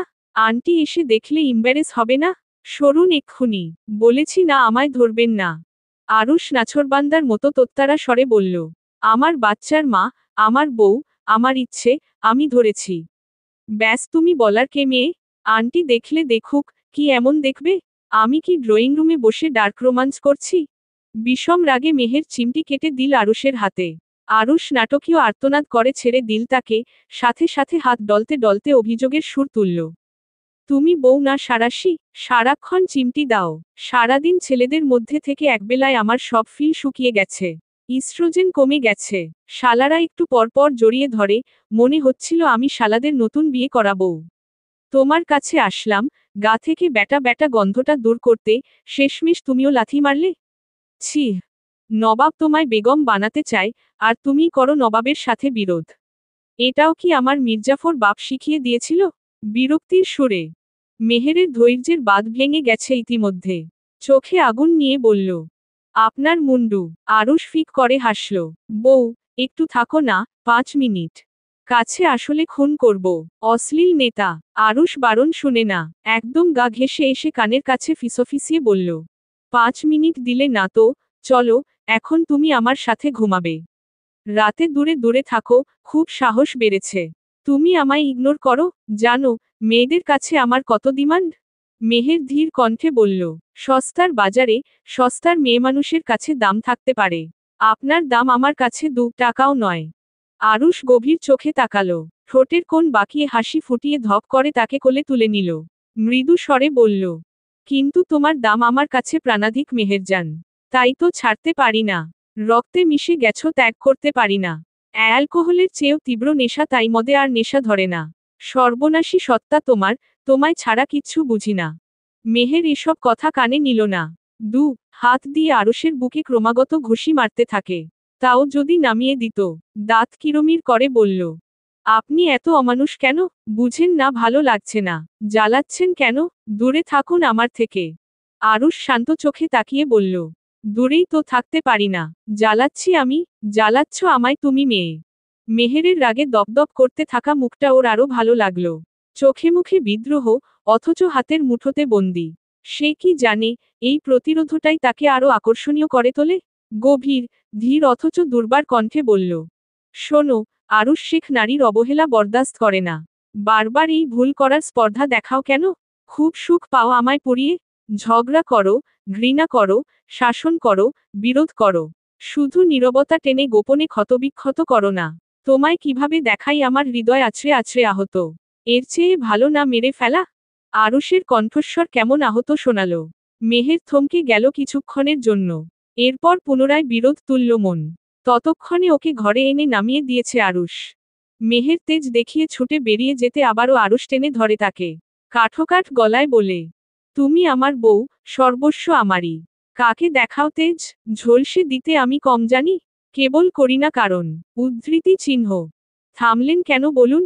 আমি আপনার হাত পা ধরে বসে আছি। কে বারণ করেছে ঝলসে দিতে? মুক্তি দিয়ে দিন। মৃত্যুর চেয়ে বড় মুক্তি আর হয় না। প্লিজ আপনার পাপের দুনিয়ায় বাঁচিয়ে না রেখে মেরে ফেলুন, জান্নাতে এত অশান্তি নেই। আমার শান্তি চাই। আপনার মতো সাইকোর সাথে থাকতে আমিটা পাগল হয়ে মারা যাব। এটা কোনো জীবনই না। ধিক্কারের সুরে। কখনো ভালোবাসি বলিনি, তাই বলে কি আমি শ্বেতপদ্মকে ভালোবাসিনি? আরুষ ঠোঁটের খুব কাছে মুখ নিয়ে ফিসফিস করে বলল, তোমার গল্পের ভিলেনও আমি, নায়কও আমি। তোমার নিঃশেষ আমাতেই, মেহেরজান। তুমি চাইলে আগুন হতে পারো, কিন্তু সেই আগুনের ধ্বংসস্তূপেও আমিই থাকব। আরুষের কথাগুলো থমকে দিল মেহেরকে। তীব্র রাগ কিছুটা স্তিমিত হয়ে এলো, কিন্তু সেটা আরুষকে বুঝতে দেবে কেন? মেহেরের প্রতিক্রিয়া কেমন ছিল আরুষ তা দেখল না। খপ করে জড়িয়ে ধরে শুয়ে পড়ল। ভীষণ ঘুম পাচ্ছে তার। গত 2 দিন যাবৎ পেরেশানিতে ঘুম হয় না তার। এদিকে মেহের শান্তি পাচ্ছে না। শরীর জ্বলে যাচ্ছে। ব্যাটাকে লাথি মেরে হটিয়ে দেওয়া গেলে। বেহা শালা। আরুষ মেহেরের কানের কাছে ঠোঁট নামিয়ে আনল। ফিসফিস করে বলল, শুয়ে শুয়ে ব্যাঙের মতো না লাফিয়ে ঘুমাও, আমাকেও ঘুমাতে দাও। আপাতত আমি টায়ার্ড। এখন আর ইমরান হাশমি হতে বাধ্য করো না জান। তোমায় থামিয়ে দেওয়া আমার জন্য সেকেন্ডের ব্যাপার। মেহের ঘন ঘন নিঃশ্বাস ফেলে নিজেকে শান্ত রাখার চেষ্টা করল। রাক্ষস লোকের সাথে লড়াইয়ের শক্তি ওর নেই। কেন যে মেয়ে হলো? ছেলে হলে লাথি মেরে পদ্মায় ফেলে দিয়ে আসত। অশ্লীল নেতা। মাগরিবের আজানের সুর মিলিয়ে গেছে অনেকক্ষণ, আকাশে সন্ধ্যার আবছা আভা, রাস্তায় বাতিগুলো একে একে জ্বলছে। আলো আঁধারির মোহময় খেলায় শহর যেন এক নতুন রূপ নিয়েছে। জানালার পাশে দাঁড়িয়ে থাকা মেহের দূর আকাশের দিকে তাকিয়ে আছে। গোধূলির শেষ রং এখনো ম্লান হয়নি, তবে ধীরে ধীরে রাতের কালো চাদর সবটুকু ঢেকে ফেলছে। চারপাশে একটা অদ্ভুত শান্তি, অথচ তার ভেতরটা ঠিক উল্টো। কোথাও একটা শূন্যতা, কোনো একটা অনুভূতি তার নাগালের বাইরে থেকে তাকে ডেকে চলেছে। রাস্তায় গাড়িগুলোর হেডলাইট জ্বলছে, দোকানপাটে ব্যস্ততা শুরু হয়ে গেছে। বাতাসে হালকা ঠান্ডা ভাব, কোথাও থেকে ভেসে আসছে ধোয়া ওঠা চায়ের গন্ধ। এই সন্ধ্যার সৌন্দর্যে ডুবে যাওয়ার কথা ছিল তার, অথচ ভেতর ঘরের অস্থিরতা কিচ্ছু ভাবতেই দেয় না তাকে। কিসের এত চিন্তা, তারই বা কিসের এত শূন্যতা? মেহেরের ফোনটা শব্দ তুলল নোটিফিকেশনের সাউন্ডে। একটা মেসেজ এসেছে, অচেনা নম্বর থেকে। তুমি সত্য জানতে চাও? তাহলে এটা দেখো। সঙ্গে একটা ভিডিও লিংক। মেহের কপালে ভাঁজ ফেলে ফোনের স্ক্রিনের দিকে তাকিয়ে থাকে কিছুক্ষণ। হৃৎপিণ্ডের ধুকপুকানি একটু বেড়ে গেল। কি এটা? কে পাঠিয়েছে? কেন? কয়েক মুহূর্ত থমকে থাকার পর ধীরে ধীরে লিংকে ক্লিক করল। Dash dash dash. ভিডিও চালু হতেই দেখা যাচ্ছে একটা গ্যারেজের মতো জায়গা। হালকা ঝাপসা, পুরনো কোনো সিসিটিভি ফুটেজ সময় সকাল সকাল 8:50। কালো রঙের মার্সিডিজ রাখা আছে সেখানে। সামনে এক লোক দাঁড়িয়ে, বয়স 40-এর কাছাকাছি। চোখে মুখে সতর্কতার ছাপ। সে নিচু হয়ে কিছু একটা করছে গাড়ির তলায়। মেহের স্ক্রিনের দিকে এক দৃষ্টিতে তাকিয়ে থাকে। তারপর সে যা দেখল, তাতে তার নিঃশ্বাস আটকে এলো। লোকটা গাড়ির ব্রেক কাটছে। মেহের চোখে বিস্ময় নিয়ে তাকিয়ে থাকে। ওর চোখ দুটো এক মুহূর্তের জন্য ঝাপসা হয়ে এলো। এরপর লোকটা উঠে দাঁড়ালো। ফোন বের করল পকেট থেকে, কাকে যেন কল দিল। কিন্তু ভিডিওতে কোনো শব্দ নেই। কাকে ফোন করল সে? কার নির্দেশে করছে এসব? ফুটেজ সময় এগিয়ে তখন সকাল 9টা। একটা কালো গাড়ি এসে থামল। গাড়ি থেকে নামলেন নৌশাদ হোসাইন। চেহারায় চাপা উত্তেজনা, হাতে একটা কালো ব্রিফকেস ধরা। তিনি চারপাশে সচেতন দৃষ্টি ফেলে তাকালেন, যেন কাউকে খুঁজছেন। তারপর দ্রুত গাড়ি বদলে ইঞ্জিন চালু করলেন। ভিডিও এখানেই শেষ। আন্ডারস্কোর। মেহেরের গা ঘামছে। বাবাকে কেউ ইচ্ছে করে খুন করেছিস? কিন্তু কেন? ওর মনে পড়ে গেল, সকাল সকাল 9:44 মিনিটে মেহেরের কাছে কল আসে তার বাবা আর নেই। এই দিনটা সে আমৃত্যু ভুলবে না। পৃথিবী, সময় ওর জন্য থেমে গিয়েছিল সেদিন। বাবার রক্তাক্ত লাশটা যখন ধুইয়ে কাফনে মুড়িয়ে চোখের সামনে রাখা হলো মেহের তখন কথা বলতে ভুলে গেছে। হাত পা চলে না ওর। চোখও জলমুক্ত করে না। এরপর জানাজা পড়াতে খাটলি তুলে যখন নিয়ে যেতে থাকলো বাবাকে, মেহের শূন্যে তাকিয়ে থাকতে থাকতে অজ্ঞান হয়ে পড়ে গেল। বাবাও চলে গেল, আজীবনের জন্য না ফেরার দেশে। মেহের ঠোঁট কামড়ে কান্না আটকে ধরল। পুরনো ক্ষত তাজা হয়ে গিয়েছে। বুক ব্যথা করছে, নিঃশ্বাস আটকে যাচ্ছে। তার শরীরটা কেঁপে উঠল থরথর করে। হাত থেকে ফোন প্রায় পড়েই যাচ্ছিল। মাথার ভেতর বারবার প্রতিধ্বনিত হচ্ছে, খুন, এটা খুন, কোনো দুর্ঘটনা ছিল না। তার বাবাকে ঠান্ডা মাথায় খুন করা হয়েছে। কিন্তু কে, কেন? এই ভিডিওটা পাঠালো কে? এটা কি আসলেই সত্য, নাকি কেবল বিভ্রান্ত করার জন্য তৈরি করা হয়েছে? মেহেরের বুকের ভেতর এক অজানা ভয় ক্রমশ দানা বাঁধতে থাকল। এখন ওর কি করা উচিত? আন্ডারস্কোর। মেহেরের বুকের মধ্যে টিপটিপ করছে। হাতের তালু ঘামে ভিজে গেছে। অনেক ভাবার পরও ফোনটা কাঁপতে থাকা হাতে ধরে ভিডিও কপি করল। তারপর নম্বরটা কপি করে নিয়ে দ্রুত আবিরকে পাঠিয়ে দিল। ভাইয়া তদন্ত করো। বাবার মৃত্যু নিছকই অ্যাক্সিডেন্ট নয়। That was a preplanned murder. এই নম্বর ট্রেস করো, কে পাঠিয়েছে খুঁজে বের করো। আর বাবার ড্রাইভারকেও। মেসেজ পাঠানোর পর কয়েক সেকেন্ডের জন্য স্ক্রিনের দিকে তাকিয়ে রইল। একটা চাপা উত্তেজনা অনুভব করল সে। একটা ভয়ও, যদি সত্যিটা এমন কিছু হয় যা সহ্য করার মতো নয়। Dash dash dash. পুলিশ সদর দফতরে বসে ফাইল ঘাঁটছিল আবির। তার ডেস্কের ওপরে এলোমেলো কিছু নথি, আর পাশে রাখা ওয়ান টাইম কাপের চা থেকে ধোয়া উঠছে। হঠাৎ ফোনটা বেজে উঠল। স্ক্রিনে ভাসল, মেহু পাখি নাম। আবিরের ভ্রু কুঁচকে গেল। হঠাৎ মেসেজ করল মেয়েটা। মেহু ভালো আছে তো? ফোনটা হাতে নিয়ে স্ক্রিনের দিকে তাকাতেই চোখ কপালে উঠল। ভিডিও ফাইল, অচেনা নম্বর, মেহেরের মেসেজ। সে এক মুহূর্ত দেরি না করে ভিডিওটা চালালো। ভিডিও শেষ হতে না হতেই তার মুঠি শক্ত হয়ে গেল। শিট। তারপর দ্রুত কল করল মেহেরকে। রিং হচ্ছে কিন্তু মেহের কল ধরছে না। তারপর একটা মেসেজ এলো, আমি এখন কথা বলতে পারছি না, প্লিজ খুঁজে বের করো ভাইয়া। আবির আগেই জানতো মেহের যখন এমনভাবে কিছু বলছে তখন ব্যাপারটা গুরুতর। 3 দিন আগেই সে নৌশাদ হোসাইনের কেসের ফাইল আবার রিওপেন করেছে। আবির অস্থির হয়ে চেয়ার ছেড়ে উঠে দাঁড়ালো। এই পয়েন্টটা সে মিস করলো কিভাবে? অ্যাক্সিডেন্টের গোটা তদন্ত আবির করেছিল। গাড়িটা ভেঙে গুঁড়ো গুঁড়ো হয়ে গিয়েছিল, যদিও তবু ভাঙা পার্টসগুলো নিয়েও তদন্ত হয়েছিল। কিছু পাওয়া যায়নি। আবির তৎক্ষণাৎ অপরিচিত নম্বর ট্রেস করার জন্য সাইবার ক্রাইম ইউনিটকে ইনফর্ম করল। এই নম্বর ট্রেস করো, দেখো কোথা থেকে এসেছে। আর ভিডিও ফুটেজের এই লোকটা মনে হচ্ছে নৌশাদ হোসেনের ড্রাইভার। একে খুঁজে বের করো, যেখানেই থাকুক খুঁজে বের করো। দরকারে ক্রিমিনালদের হেল্প নাও, আমার তাকে চাই। কণ্ঠে দৃঢ় সংকল্প স্পষ্ট। কেন জানি মনে হচ্ছে এই তদন্ত শুধু একটা হত্যার রহস্য খোলাসা করবে না, বরং অনেক গভীরে নিয়ে যাবে। পরদিন সকাল 9:30। আবির সদর দফতরে ঢুকেই সরাসরি তার সহকারী অফিসারের দিকে তাকালো। নম্বরটা ট্রেস করতে পেরেছ? সহকারী মাথা নাড়িয়ে বলল, না স্যার, নম্বরটা ভার্চুয়াল, বার্নার ফোনের মতো। কেউ ইচ্ছে করেই এটা ফেলে দিয়েছে। আবির দাঁতে দাঁত চেপে ফেলল। এত সহজে ছাড়বে না সে।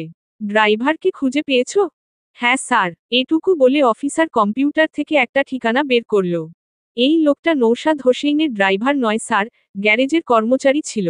নাম সেলিম মিয়া। 5 বছর আগে হুট করে চাকরি ছেড়ে দেয়, তারপর কোথাও কাজ করেনি। এখন থাকে নারায়ণগঞ্জে, চোরাই মোবাইলের ব্যবসা করছে বর্তমান। আবির এক মুহূর্ত দেরি করল না। তড়িঘড়ি জানালো, টিম রেডি করো, আমরা এখনই যাচ্ছি। Dash dash dash. বেলা 1:15। নারায়ণগঞ্জের একটা পুরনো অন্ধকার গলিতে ঢুকলো পুলিশের গাড়িগুলো।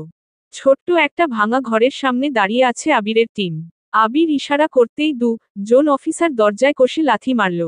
দরজা খোল। ভেতর থেকে কোনো সাড়া নেই। দরজা আরেকবার ধাক্কা দিতেই দরজার শিকল খুলে পড়ল। ঘরের কোনায় একটা পুরনো খাটের ওপর বসে আছে একজন মাঝবয়সী লোক।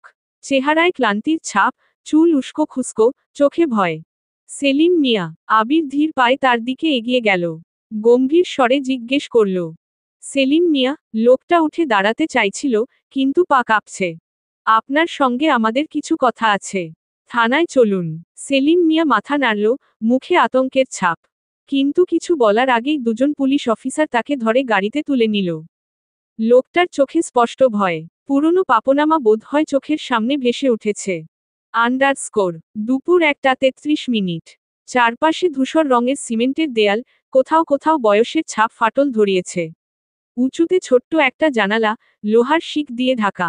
সূর্যের আলো সেখানে পৌঁছালেও ঘরের মেঝেতে এসে পড়তে পারে না। মেঝেটা সিমেন্টের, তবে ধুলোমাখা, কিছু জায়গায় দাগ লেগে আছে। একপাশে লোহার রডের তৈরি বেঞ্চ, যার গায়ে গভীর আঁচড়ের দাগ, কিছু দাগ মানুষের নখের, কিছু দাগ সময়ের। ঘরের এক কোনায় একটা শক্তপোক্ত লোহার দরজা, বাইরের দিকে বিশাল তালা ঝুলছে। দরজার মাঝখানে একটা ছোট্ট জানালা, যেখানে দিয়ে মাঝে মাঝে পুলিশের চোখ উকি দেয়, ঠান্ডা, নির্লিপ্ততা দৃষ্টি। সেলের বাতাস ভারী, ভেজা ইটের গন্ধ, পুরনো ঘামের উগ্রতা মিলেমিশে আছে। এখানে তেমন কোনো শব্দ নেই, শুধু মাঝে মাঝে পাশের সেল থেকে একটা দীর্ঘশ্বাস ভেসে আসে। এখানে সময় থমকে থাকে। দেয়ালের ওপর ঘড়ি নেই, কিন্তু আটক ব্যক্তিরা জানে, সময় এগোয় না, এখানে শুধু অপেক্ষা, হয়তো মুক্তির, হয়তো বিচারের, বা হয়তো এমন কিছু যা মুক্তির থেকেও ভয়ঙ্কর। ডিটেনশন সেলে বসিয়ে রাখা হয়েছে সেলিমকে। সামনে বসে আছে আবির। সেলিম প্রথমে কিছুই বলছিল না, শুধু কাপা কাপা চোখে তাকিয়েছিল চারপাশে। আবির চেয়ার থেকে উঠে দাঁড়ালো। লাঠিটা হাতের আঙ্গুলে নাচাতে নাচাতে জিজ্ঞেস করল, কি হয়েছিল 5 বছর আগে? সত্যি বলো। সেলিম মাথা নিচু করে থাকল। আবির ধমকে উঠল, তাড়াতাড়ি মুখ খোল, নয়তো মিথ্যা কেসে খুনের আসামি বানিয়ে ফাঁসিতে ঝুলাবো। সেলিম এবার মুখ খুলল, কিন্তু গলা কাঁপছিল তার। আমি কিছু জানি না সাহেব। আবির ঠান্ডা চোখে তাকিয়ে রইল। তারপর এক অফিসারকে চোখে ইশারা করতেই সপাটে একটা থাপ্পড় পড়ল সেলিমের গালে। সঙ্গে সঙ্গে কালো গালটা আরো কালো হয়ে গেল তার। সে কুকিয়ে উঠে সাথে সাথে চিৎকার করে বলল, জানি, আমি জানি। তারপর গলার স্বর ক্ষীণ করে বলল, নাম জানি না, একখান পোলা আছিল, বয়স কম। আমি হ্যারে দেহি নাই, মোবাইলে ফোন কইরা কইছিল বেরেক কাইটা দিতে, এর মূল্যে আমারে 5 লাখ টাহা দিছে। আবির একদৃষ্টিতে সেলিমের দিকে তাকিয়ে রইল। ছেলে, কম বয়স, নাম জানো না? সেলিম মাথা নাড়ল, হ্যাঁ, আমারে খালি কাম দেওয়া হইছিল, আমি জিগাই নাই কিছু। আবির ঠান্ডা গলায় প্রশ্ন ছুড়ল, তুমি বলছো, কাউকে দেখনি? তাহলে টাকা পেলে কিভাবে? সেলিম এবার আরো বেশি কাঁপতে লাগল। একখান ব্যাগে রাইখা গেছিল, ফোনে ঠিহানা কইছিল, আমি যাইয়া টাহা নিয়া আইসি সাহেব। আবির তার পাশে থাকা অফিসারের উদ্দেশ্যে বলল, মোবাইল ফরেন্সিক টিমের কাছে পাঠানো হয়েছে তো? জি, স্যার, তবে 5 বছর আগের কল রেকর্ড পাওয়া কঠিন হবে। আবির কঠিন স্বরে বলল, কঠিন হলেও বের করো। তারপর সে আবার সেলিমের দিকে ফিরল। তুমি বলেছিলে বয়স কম ছিল। কণ্ঠটা কেমন ছিল, ভয়েস চিনতে পারবে? সেলিম মাথা নিচু করল, সাহেব, আমি জানি না। আবির হাতের লাঠিটা মাটিতে সজোরে ঠুকল। তুই জানিস না? ওর গলা এতটাই শক্ত যে সেলিম হরবড়িয়ে উঠল। কপাল দিয়ে বিন্দু বিন্দু ঘাম গড়িয়ে পড়ছে। এমন সময় অফিসার এসে রিপোর্ট দিল, স্যার, মোবাইল রেকর্ডের কিছু ডেটা পাওয়া গেছে। গ্রেট, বলো কি পেয়েছ? আমরা 5 বছর আগের কয়েকটি ইনকামিং কল ট্র্যাক করতে পেরেছি। আবির দ্রুত ফোনের দিকে তাকালো। নাম্বার ম্যাচ করাও। অফিসার দ্রুত কাজ শুরু করল। কিছুক্ষণ পর সে বলল, স্যার, একটা অদ্ভুত বিষয়, এই নাম্বার ট্র্যাক করতে গেলে অন্য একটা নাম্বারের সঙ্গে মিশে যাচ্ছে। এটা মনে হচ্ছে কোনো মাস্কট কল ছিল। আবির চোখ সরু করে ফেলল। বলল, অর্থাৎ কেউ ইচ্ছা করেই নিজের আসল নম্বর লুকিয়েছে? জি, স্যার, একদমই তাই। এটা হাই প্রোফাইল ক্রিমিনালরা করে থাকে।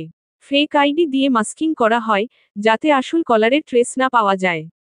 আবির এবার আরও গভীরভাবে চিন্তায় পড়ে গেল। কেউ আসল সত্য ধামাচাপা দিতে চেয়েছিল। তাই আজও সেটা রহস্য হয়ে আছে। আর এই পুরো কেসের পেছনে একটা নিখুঁত মাস্টারমাইন্ড আছে। আবির ধীরে ধীরে বলল, এই মাস্কট নাম্বার ব্রেক করো। আমি জানি, কোথাও না কোথাও একটা লুপহোল থাকবেই। তারপর সে আবার সেলিমের দিকে ফিরল। কণ্ঠটা কেমন ছিল? আরেকবার চিন্তা কর, যতক্ষণ না ঠিকঠাক উত্তর দিবি ততক্ষণ জেলে ঢুকিয়ে রাখব। পাতারা চিহ্ন ছাইবেতের বাড়ি পড়লে সব মনে পড়ে যাবে। সেলিম এবার মাথা নিচু করল। এক মুহূর্তের জন্য নীরবতা নেমে এলো। তারপর সে অস্পষ্টভাবে বলল, আমি জানি না, সাহেব, কিন্তু কণ্ঠটা হ্যাবি ঠান্ডা আছিল, শুনলেই কিরম কিরম লাগছিল। কোনো শক্তিশালী লোকের কাম নিশ্চয়। এর বেশি কিছু আমি জানি না সাহেব। আমি শুধু টাহা নিছি। আবির চেয়ারে হেলান দিয়ে চোখ বন্ধ করল। ভেতরে একটা অস্বস্তি কাজ করছে। সাজানো গোছানো ঘটনা, অপরাধী কোনোদিন চায়নি সত্য সামনে আসুক। কিন্তু শেষ পর্যন্ত অপরাধীকে ধরতে না পারলে মেহেরকে কি জবাব দেবে সে? যে করেই হোক, তাকে সত্য বের করতে হবে। সেটা করতে হলে তাকে আরো গভীরে যেতে হবে। আবির শক্ত কণ্ঠে বলল, যতদিন না কেস সলভ হচ্ছে তুই জেলেই থাকবি। আর ভুলেও মিথ্যে জবান দিবি না। গুলি করে মারব। সেলিমের মুখ ফ্যাকাশে হয়ে গেল। কে জানতো 5 বছর পর এভাবে ফেসে যাবে। আন্ডারস্কোর ডিটেনশন সেলের ঘনভেজা বাতাসে একটা চাপা উত্তেজনা। আবির ঠান্ডা গলায় অফিসারদের নির্দেশ দিচ্ছে, নাম্বার ট্র্যাক করো। মাস্কট নম্বর হলেও কিছু না কিছু তো ধরা পড়বেই।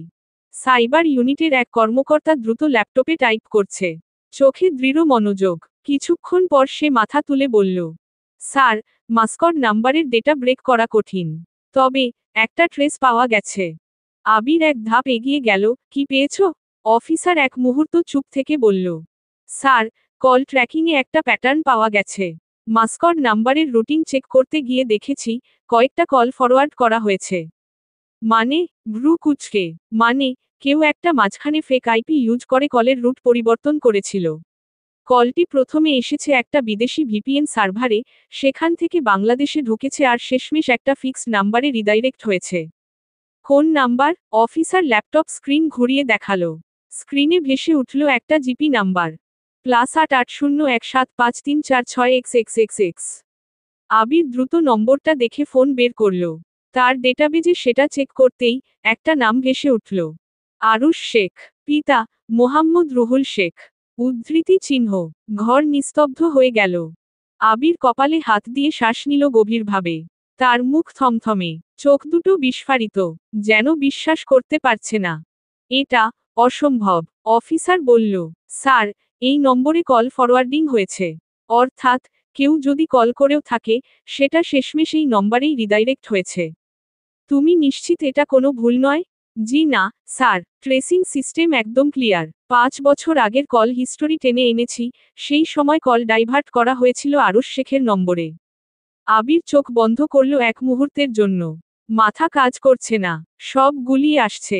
আরুশ তার খালুকে মারতে সুপারি দিয়েছে? কিন্তু প্রশ্ন হলো কেন? জানামতে আরুশের কোনো ক্রিমিনাল রেকর্ড নেই, বরং সমাজের প্রভাবশালী একজন ব্যবসায়ী ও রাজনীতিবিদ। আরুশ কি সত্যিই মেহেরের বাবার খুনি? যদি এটা সত্য হয়, তাহলে মেহেরের কি হবে? এই সত্যিটা মেহের কিভাবে মেনে নেবে? মেয়েটা না প্রেগন্যান্ট, ওর স্বামী ওর সন্তানের বাবা খুনি জানার পর মেহেরের সহ্য হবে তো? বাঁচতে পারবে তো? আন্ডারস্কোর বিকেল ভোর 5:42 মিনিট। মেহের বারান্দায় দাঁড়িয়ে আছে। সূর্য ইতিমধ্যে হেলে পড়েছে পশ্চিম আকাশে। কমলা রঙের আলো জানালার কাছে প্রতিফলিত হয়ে ছড়িয়ে পড়ছে ঘরের ভেতর। অথচ মেহেরের ভেতরে এক অভ্যন্তরীণ সন্ধ্যা নেমে এসেছে, নিস্তব্ধ অথচ গুমোট। সে ব্যালকনির গ্রিল ধরে দাঁড়িয়ে আছে। অনেকক্ষণ ধরে ফোনের স্ক্রিনের দিকে তাকিয়ে আছে, আবিরের কলের অপেক্ষায় আছে। সে বলেছিল, সন্ধ্যার মধ্যে তদন্তের আপডেট দেবে, কিন্তু মেহের আর অপেক্ষা করতে পারছে না। বুকের ভেতর ভয়ানক আশঙ্কা খেলা করছে। ধৈর্য রাখতে না পেরে ডায়াল করল। রিং হচ্ছে, 1 বার, 2 বার, 3 বার। হ্যালো, আবিরের কণ্ঠ ওপাশ থেকে ভেসে এলো, গম্ভীর, ভারী। মেহের কথা বলার চেষ্টা করল। ওর গলা শুকিয়ে আসছে, তবু প্রশ্ন করল, কে ছিল ভাইয়া? ওপাশে এক মুহূর্তের নীরবতা। আবির দীর্ঘশ্বাস ফেলে বলল, আরুশ শেখ। মেহের যেন শুনতে পেল না। হয়তো শুনেছে, কিন্তু ঠিক বিশ্বাস করতে পারছে না। ভুলও শুনতে পারে। সে বিভ্রান্ত কণ্ঠে আবার জিজ্ঞেস করল, কি বললে ভাইয়া? আবার বল। আরুশ শেখ 5 বছর আগে খালুর ড্রাইভার সেলিমকে ব্রেক কাটার জন্য টাকা দিয়েছিল। সেলিমের মোবাইল ট্র্যাক করে পাওয়া নাম্বারটা আরুশের নামে রেজিস্ট্রার করা। সেলিমের কথা আর প্রমাণ সাপেক্ষে আরুশই মাস্টারমাইন্ড। এক মুহূর্তের জন্য মেহেরের চারপাশের সব শব্দ থেমে গেল। পৃথিবীটা স্তব্ধ হয়ে গেল তার। মনে হলো, কেউ যেন তার শিরদাঁড়া বাজেভাবে ভেঙে দিয়েছে। হাত থেকে মোবাইলটা খসে পড়ল মেঝেতে। শরীরের সমস্ত শক্তি যেন নিংড়ে নেওয়া হয়েছে এক মুহূর্তে।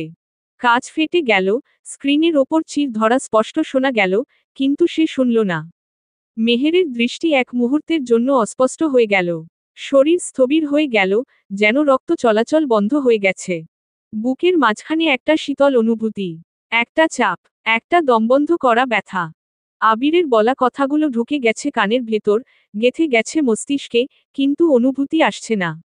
একটুও না। মেহেরের এখন চমকে ওঠা উচিত ছিল। আতঙ্কে কেঁপে ওঠা উচিত ছিল। কাঁদতে পারত, কিন্তু না। শুধু বুকটা কাঁপল ধীরে ধীরে। বেখেয়ালি মনে একটা নিঃশ্বাস টেনে নিল। সবকিছু স্তব্ধ হয়ে গেছে। দৃষ্টিটা ধীরে ধীরে ঝাপসা হয়ে আসছে। এখন কি সে অজ্ঞান হয়ে পড়ে যাবে? মেহের বেলকনির গ্রিল আলতো করে ধরল যেন পড়ে না যায়। খুব অদ্ভুত লাগছে, মাথা কাজ করছে না। আরুশ, আরুশ সত্যি সত্যি বাবার খুনি? তার জলজ্যান্ত বাবাকে আরুশ মেরে ফেলেছে? যে মানুষটা তাকে সবসময় রক্ষা করে, যে মানুষটা এতটা গম্ভীর, তাকে ধরে বেঁধে কাছে রেখেছে, তার সন্তানের বাবা।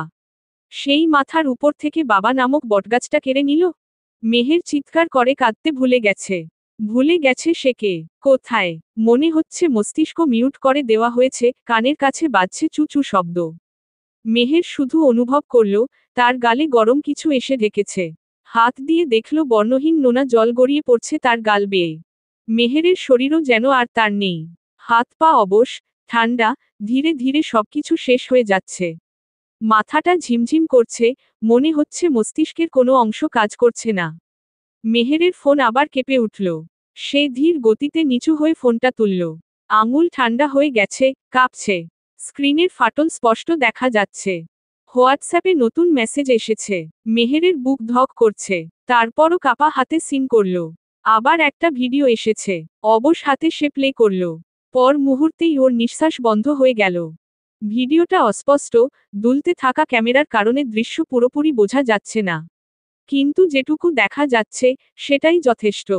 একটা ছায়াময় ঘর, মেঝেতে একটা ছেলে ছটফট করছে, চারপাশ রক্তে ভেসে গেছে। মেহেরের কানে তার গোঙানির শব্দ আসছে, শরীরের লোম দাঁড়িয়ে যাচ্ছে। পাশের দেওয়ালের গায়ে ভয় দিয়ে দাঁড়ালো মেহের, না হলে পড়ে যেত। ভিডিওর দিকে আবার তাকালো। একটা ছুরি ছেলেটার বুকের উপর বারবার বারবার চালানো হচ্ছে।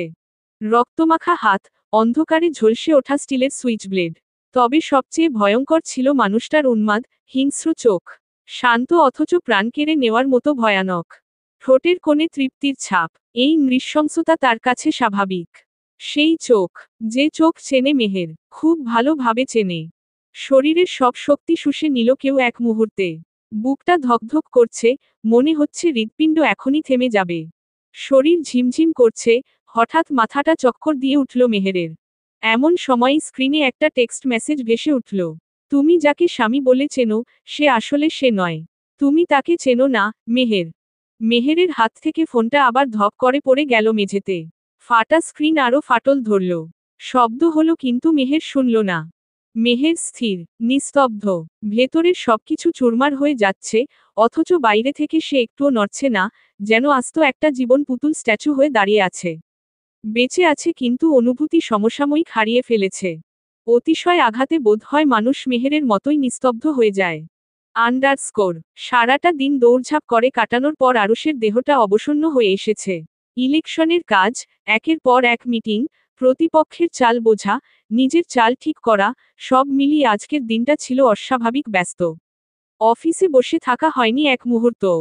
মানুষকে খুশি করা, সমর্থন আদায় করা, আর অদৃশ্য শত্রুদের গতিবিধি লক্ষ্য রাখা, এসব করতে করতেই রাত গড়িয়েছে। ঘড়ির কাঁটা তখন প্রায় রাত 2টো ছুঁই ছুঁই। ক্লান্ত চোখে নিজের বাড়ির দরজা খুলে ভেতরে পা রাখতেই এক অজানা অস্বস্তি অনুভব করল সে। কিছু যেন ঠিক নেই। শার্টের হাতা গুটিয়ে, আঙুলে সিগারেট চেপে ধরল। লাইটার টানতে গিয়েও থেমে গেল। মেহেরের সামনে গিয়ে সিগারেট না খাওয়াই উত্তম। চ্যাম্পের ক্ষতি হলে। আরুষ সিঁড়ি ভেঙে দোতলায় পৌঁছালো, তার ঘরের অবস্থান দোতলাতে। অভ্যাসবশত দেওয়ালের সুইচটা চাপ দিতেই আরুষের চোখ স্থির হয়ে গেল। বুকের ভেতর ধক করে উঠল তার। সাদা আলোয় ভেসে উঠল বিশৃঙ্খলার এক বিভীষিকাম চিত্র। ঘড়ির কাঁটা তখন প্রায় রাত 2টো ছুঁই ছুঁই। ক্লান্ত চোখে নিজের বাড়ির দরজা খুলে ভেতরে পা রাখতেই এক অজানা অস্বস্তি অনুভব করল আরুষ। কিছু যেন ঠিক নেই। শার্টের হাতা গুটিয়ে, আঙুলে সিগারেট চেপে ধরল। লাইটার টানতে গিয়েও থেমে গেল। মেহেরের সামনে গিয়ে সিগারেট না খাওয়াই উত্তম। চ্যাম্পের ক্ষতি হলে।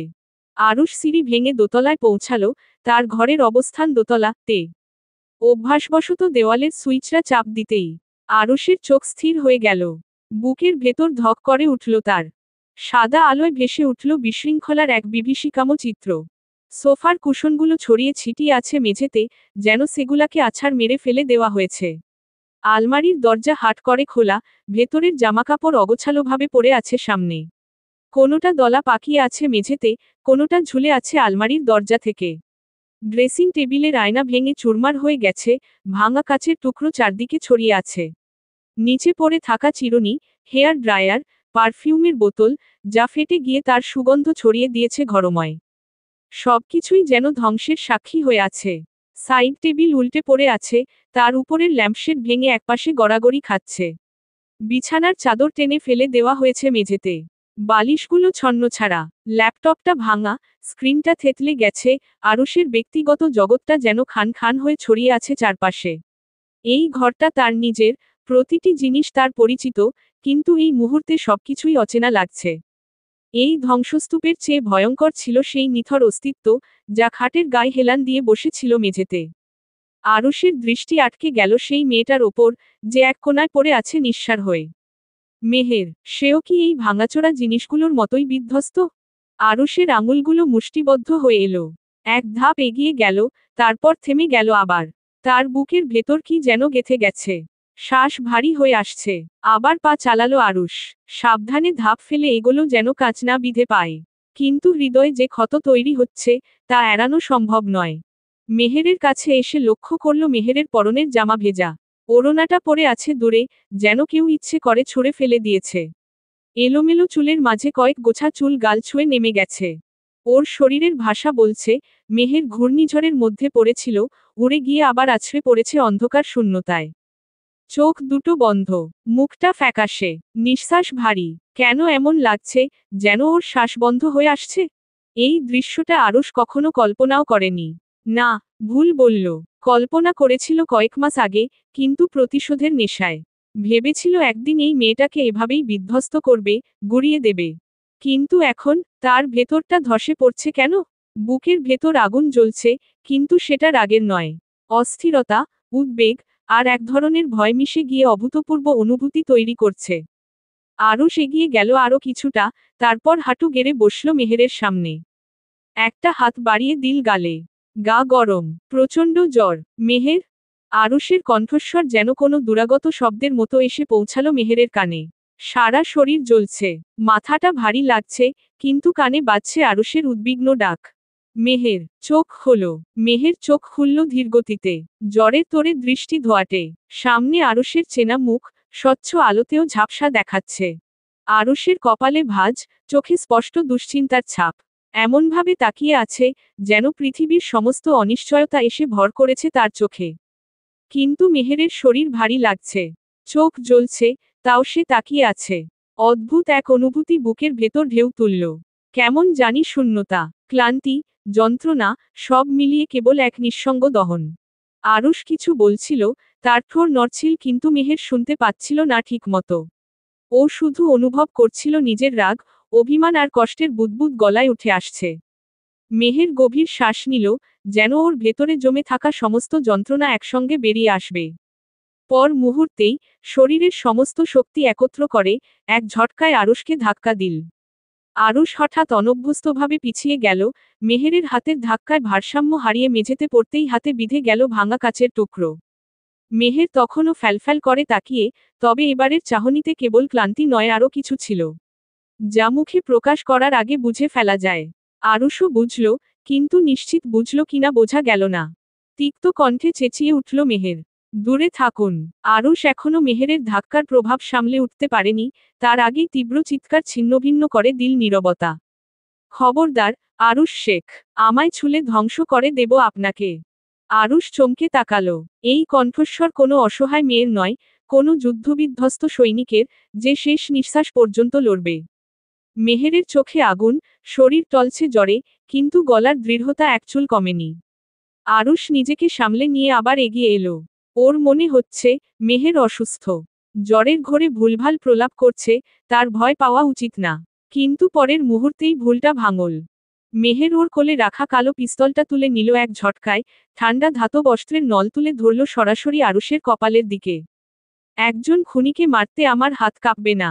দূরে সরতে বলেছি। আরুষ নিঃশ্বাস বন্ধ করে তাকিয়ে রইল। খুনি? কোন খুনের কথা বলছে মেহের?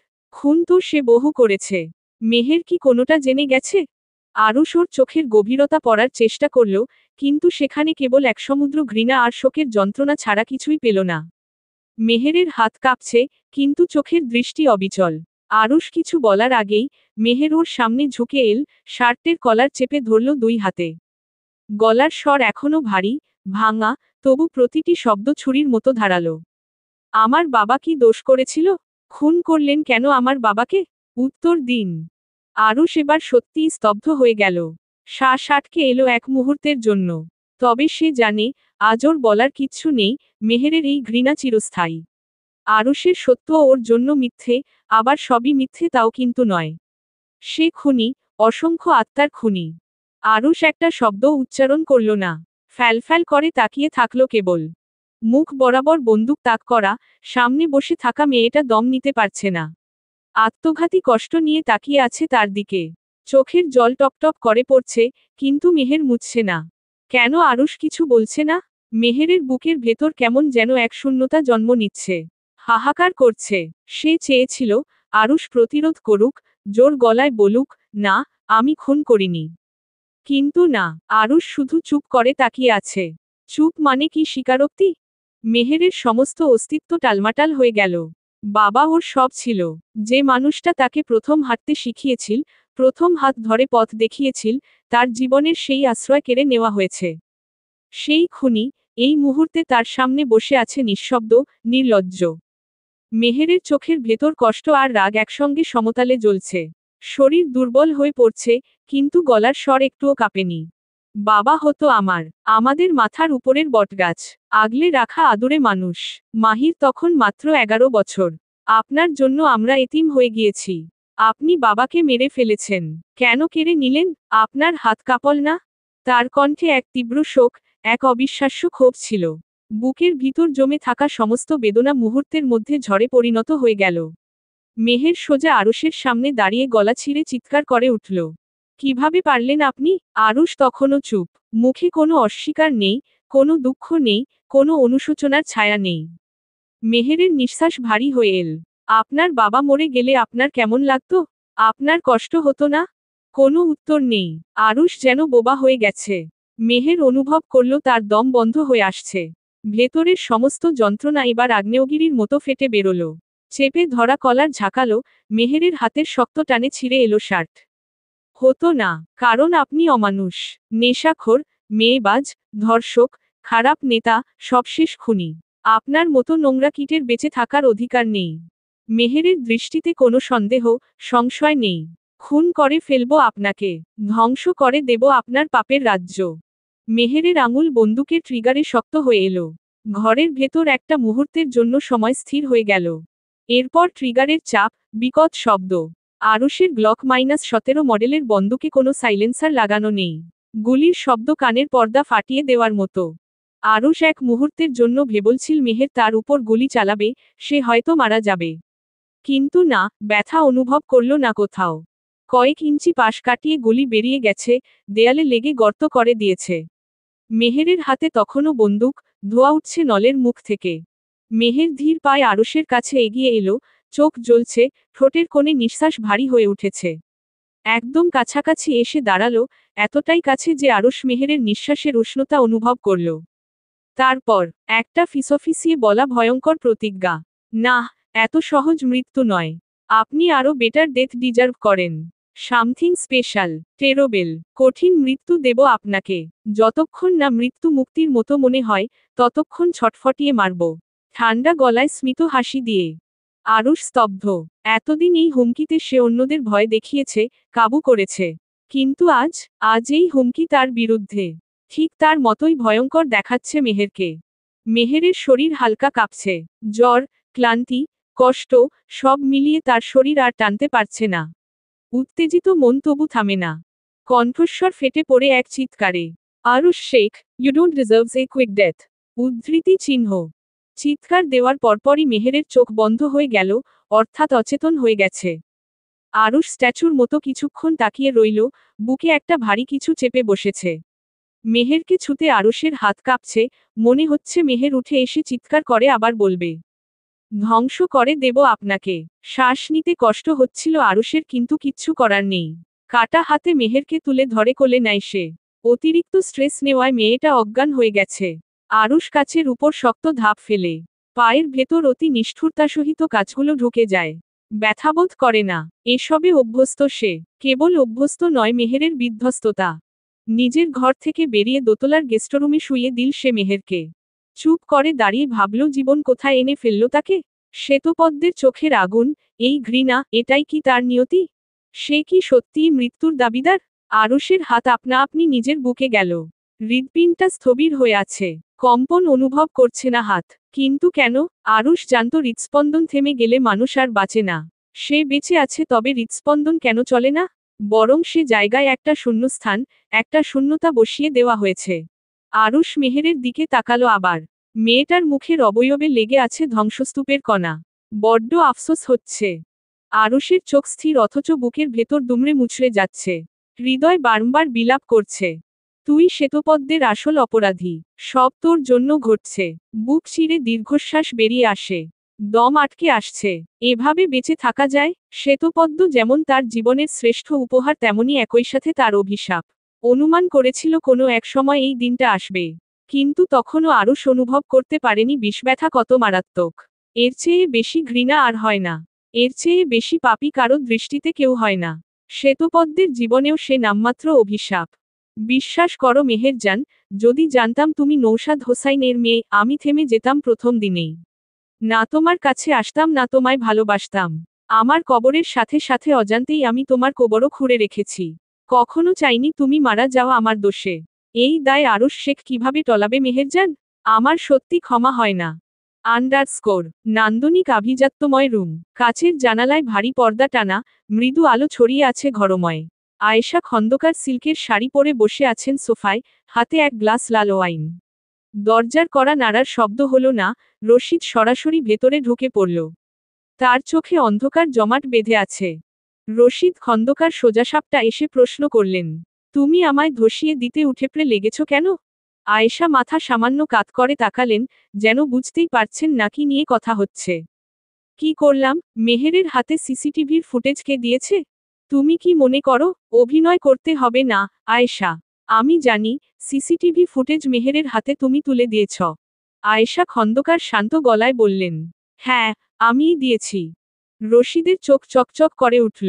কিন্তু আয়েশা সম্পূর্ণ নির্লিপ্ততা। কেন? কারণ ওকে জানানো দরকার ছিল। রশিদ খন্দকার রাগে ফেটে পড়লেন। ক্ষেপা গলায় বললেন, তুমি আসলে কি চাও? আমার সব পরিকল্পনা ভেস্তে যাক? আয়েশা মৃদু হাসলেন, কিন্তু সেই হাসির নিচে কি যেন লুকিয়ে আছে, ব্যঙ্গ, অভিমান, নাকি সতর্ক? আয়েশা খন্দকার শান্ত স্বরে উত্তর করলেন, তুমি আমায় চেনো, জানো।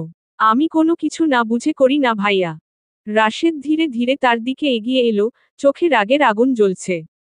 না বুঝে করো না? তুমি কি বুঝতে পারছো এর ফল কি হতে পারে? আয়েশা খন্দকার অবিচল, আমি সবসময় ফলাফল ভেবে কাজ করি ভাইয়া, তুমি তা জানো। এক মুহূর্তের জন্য ঘর নীরব হয়ে গেল। রশিদের আঙুলগুলো শক্ত হয়ে মুষ্টিবদ্ধ হলো। মেহেরের হাতে প্রমাণগুলো তুলে দিয়ে কি করতে চাইছো তুমি? কেঁচো খুঁড়তে গিয়ে সাপ বের হবে আয়েশা। অলরেডি আরশের কাছে আমাদের বিরুদ্ধে স্ট্রং এভিডেন্স আছে। বরবাদ হয়ে যাব আমি। কথাগুলো বলতে বলতে শ্বাসরুদ্ধ হয়ে আসলো রশিদ খন্দকারের। এক দফা বুক কাঁপল। কে চায় তিলে তিলে গড়া সাম্রাজ্যের বিনাশ হোক? আয়েশা খন্দকার ঠান্ডা গলায় বললেন, তুমি সবসময় হাইপার হও বলেই আজ গর্তে লুকিয়ে বসে থাকতে হচ্ছে। কি করলে এত বছর রাজতন্ত্র করে? পেটের বয়সী ছেলেকে ভয় পাচ্ছ। এখনো তো আরুষ জানেই না ওর মাকে আমরা কি করেছি। ও জানলে কি হবে ভাবতে পারছো? কেয়াম তো হয়ে যাবে ভাইয়া। ক্রূর হাসলেন আয়েশা খন্দকার, পাকা শিকারীর মতো কৌশল করে বললেন, আমি মেহেরকে শত্রু বানাইনি, ইনভিসিবল মিত্র হয়েছি। আরুষ বেঁচে থাকলে আমাদের মৃত্যু অবধারিত। আর আরুষকে নৌসাদের মেয়ে মারবে। ওর মতো করে আঘাত আমরা আরুষকে কখনো দিতে পারবো না। কিন্তু এভিডেন্স? তুমি ভালো করেই জানো এর পেছনে কতগুলো হাত ছিল। ফেঁসে যাব সবাই। উদ্ধৃতি চিহ্ন। আরুষের প্রাণ থাকতে এভিডেন্স সামনে আনবে না ভাইয়া।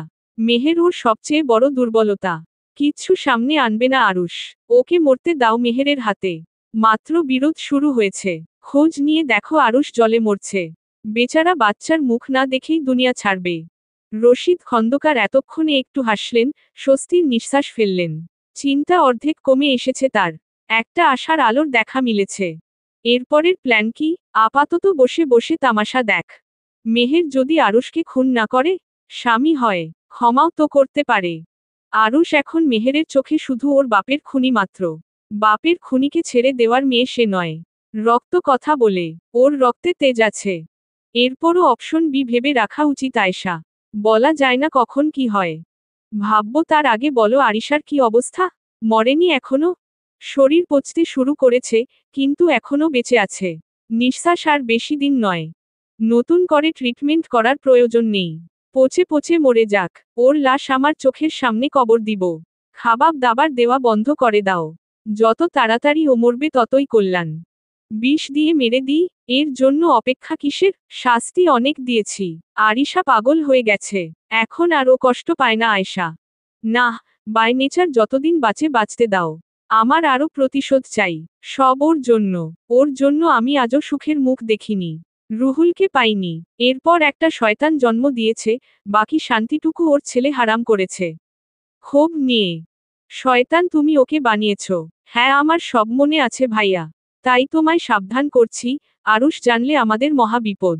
নিজে হাতে নিউরোটক্সিন দিয়েছি, ওর উন্মাদনার মাত্রা আমার চেনা। একটু থেমে। ওই ঘরের বাইরে কোনো দুর্গন্ধ যেন না বের হয়।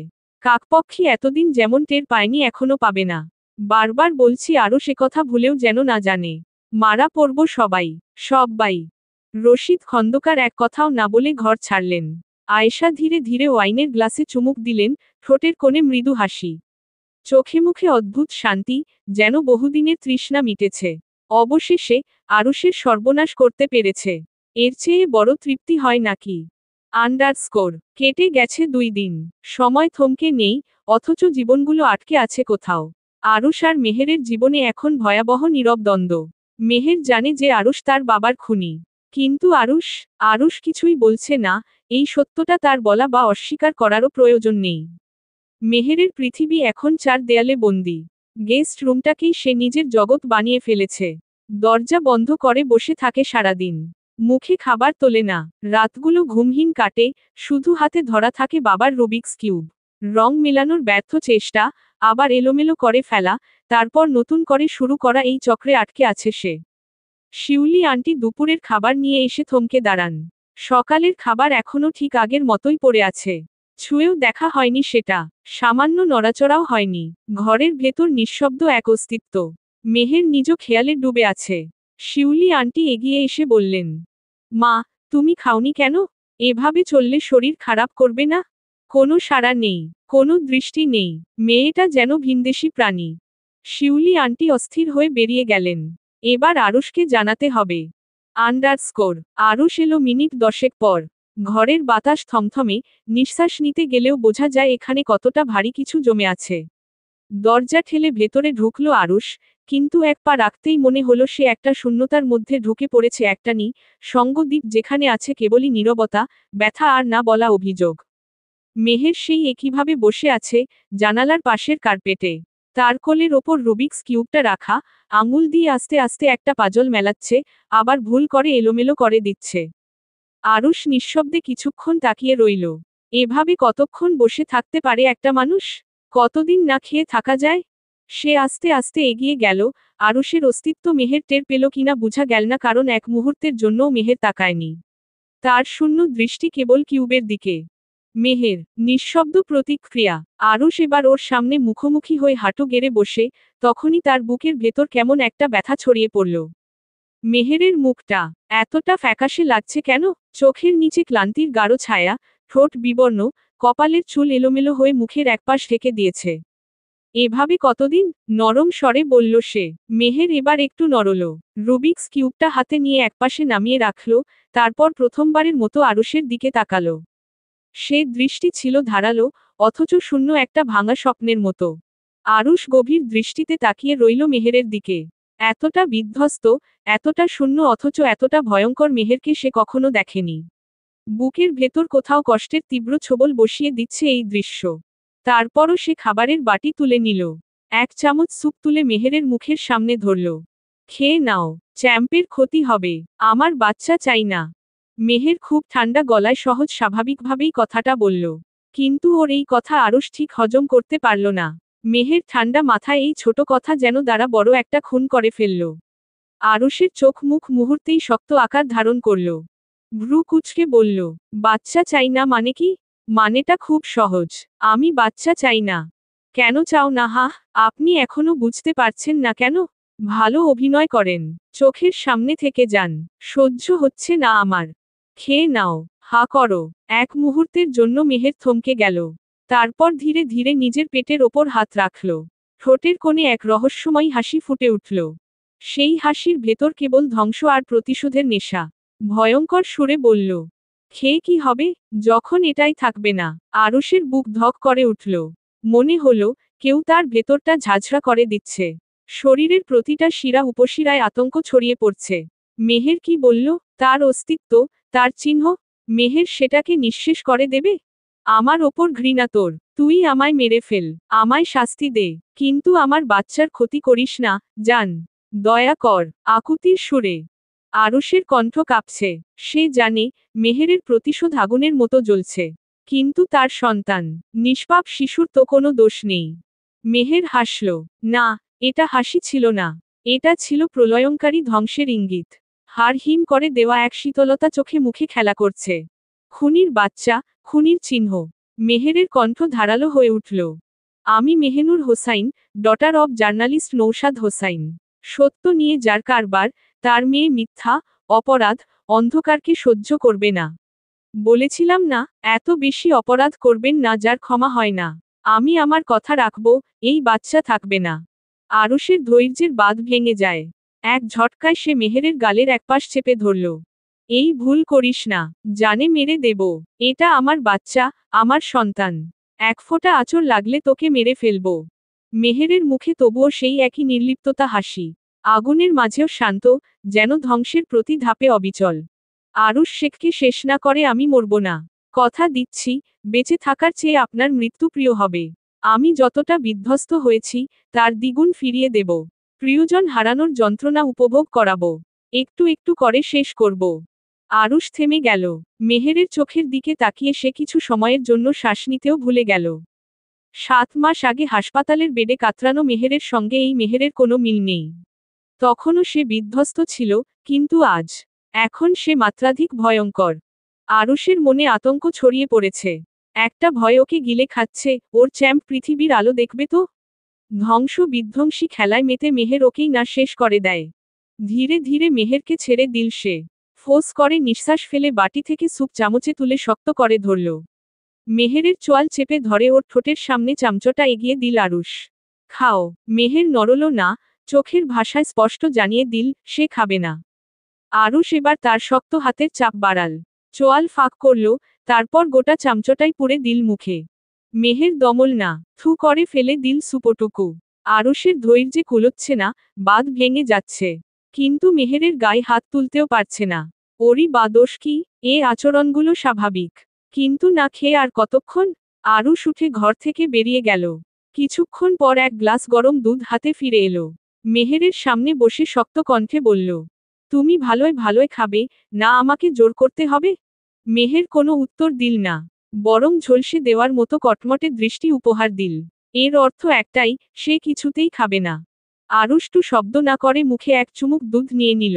তারপর শক্ত করে চেপে ধরল মেহেরের গাল, ঠোঁট ফাঁক করে সেই দুধ ওর মুখে ঢেলে দিল।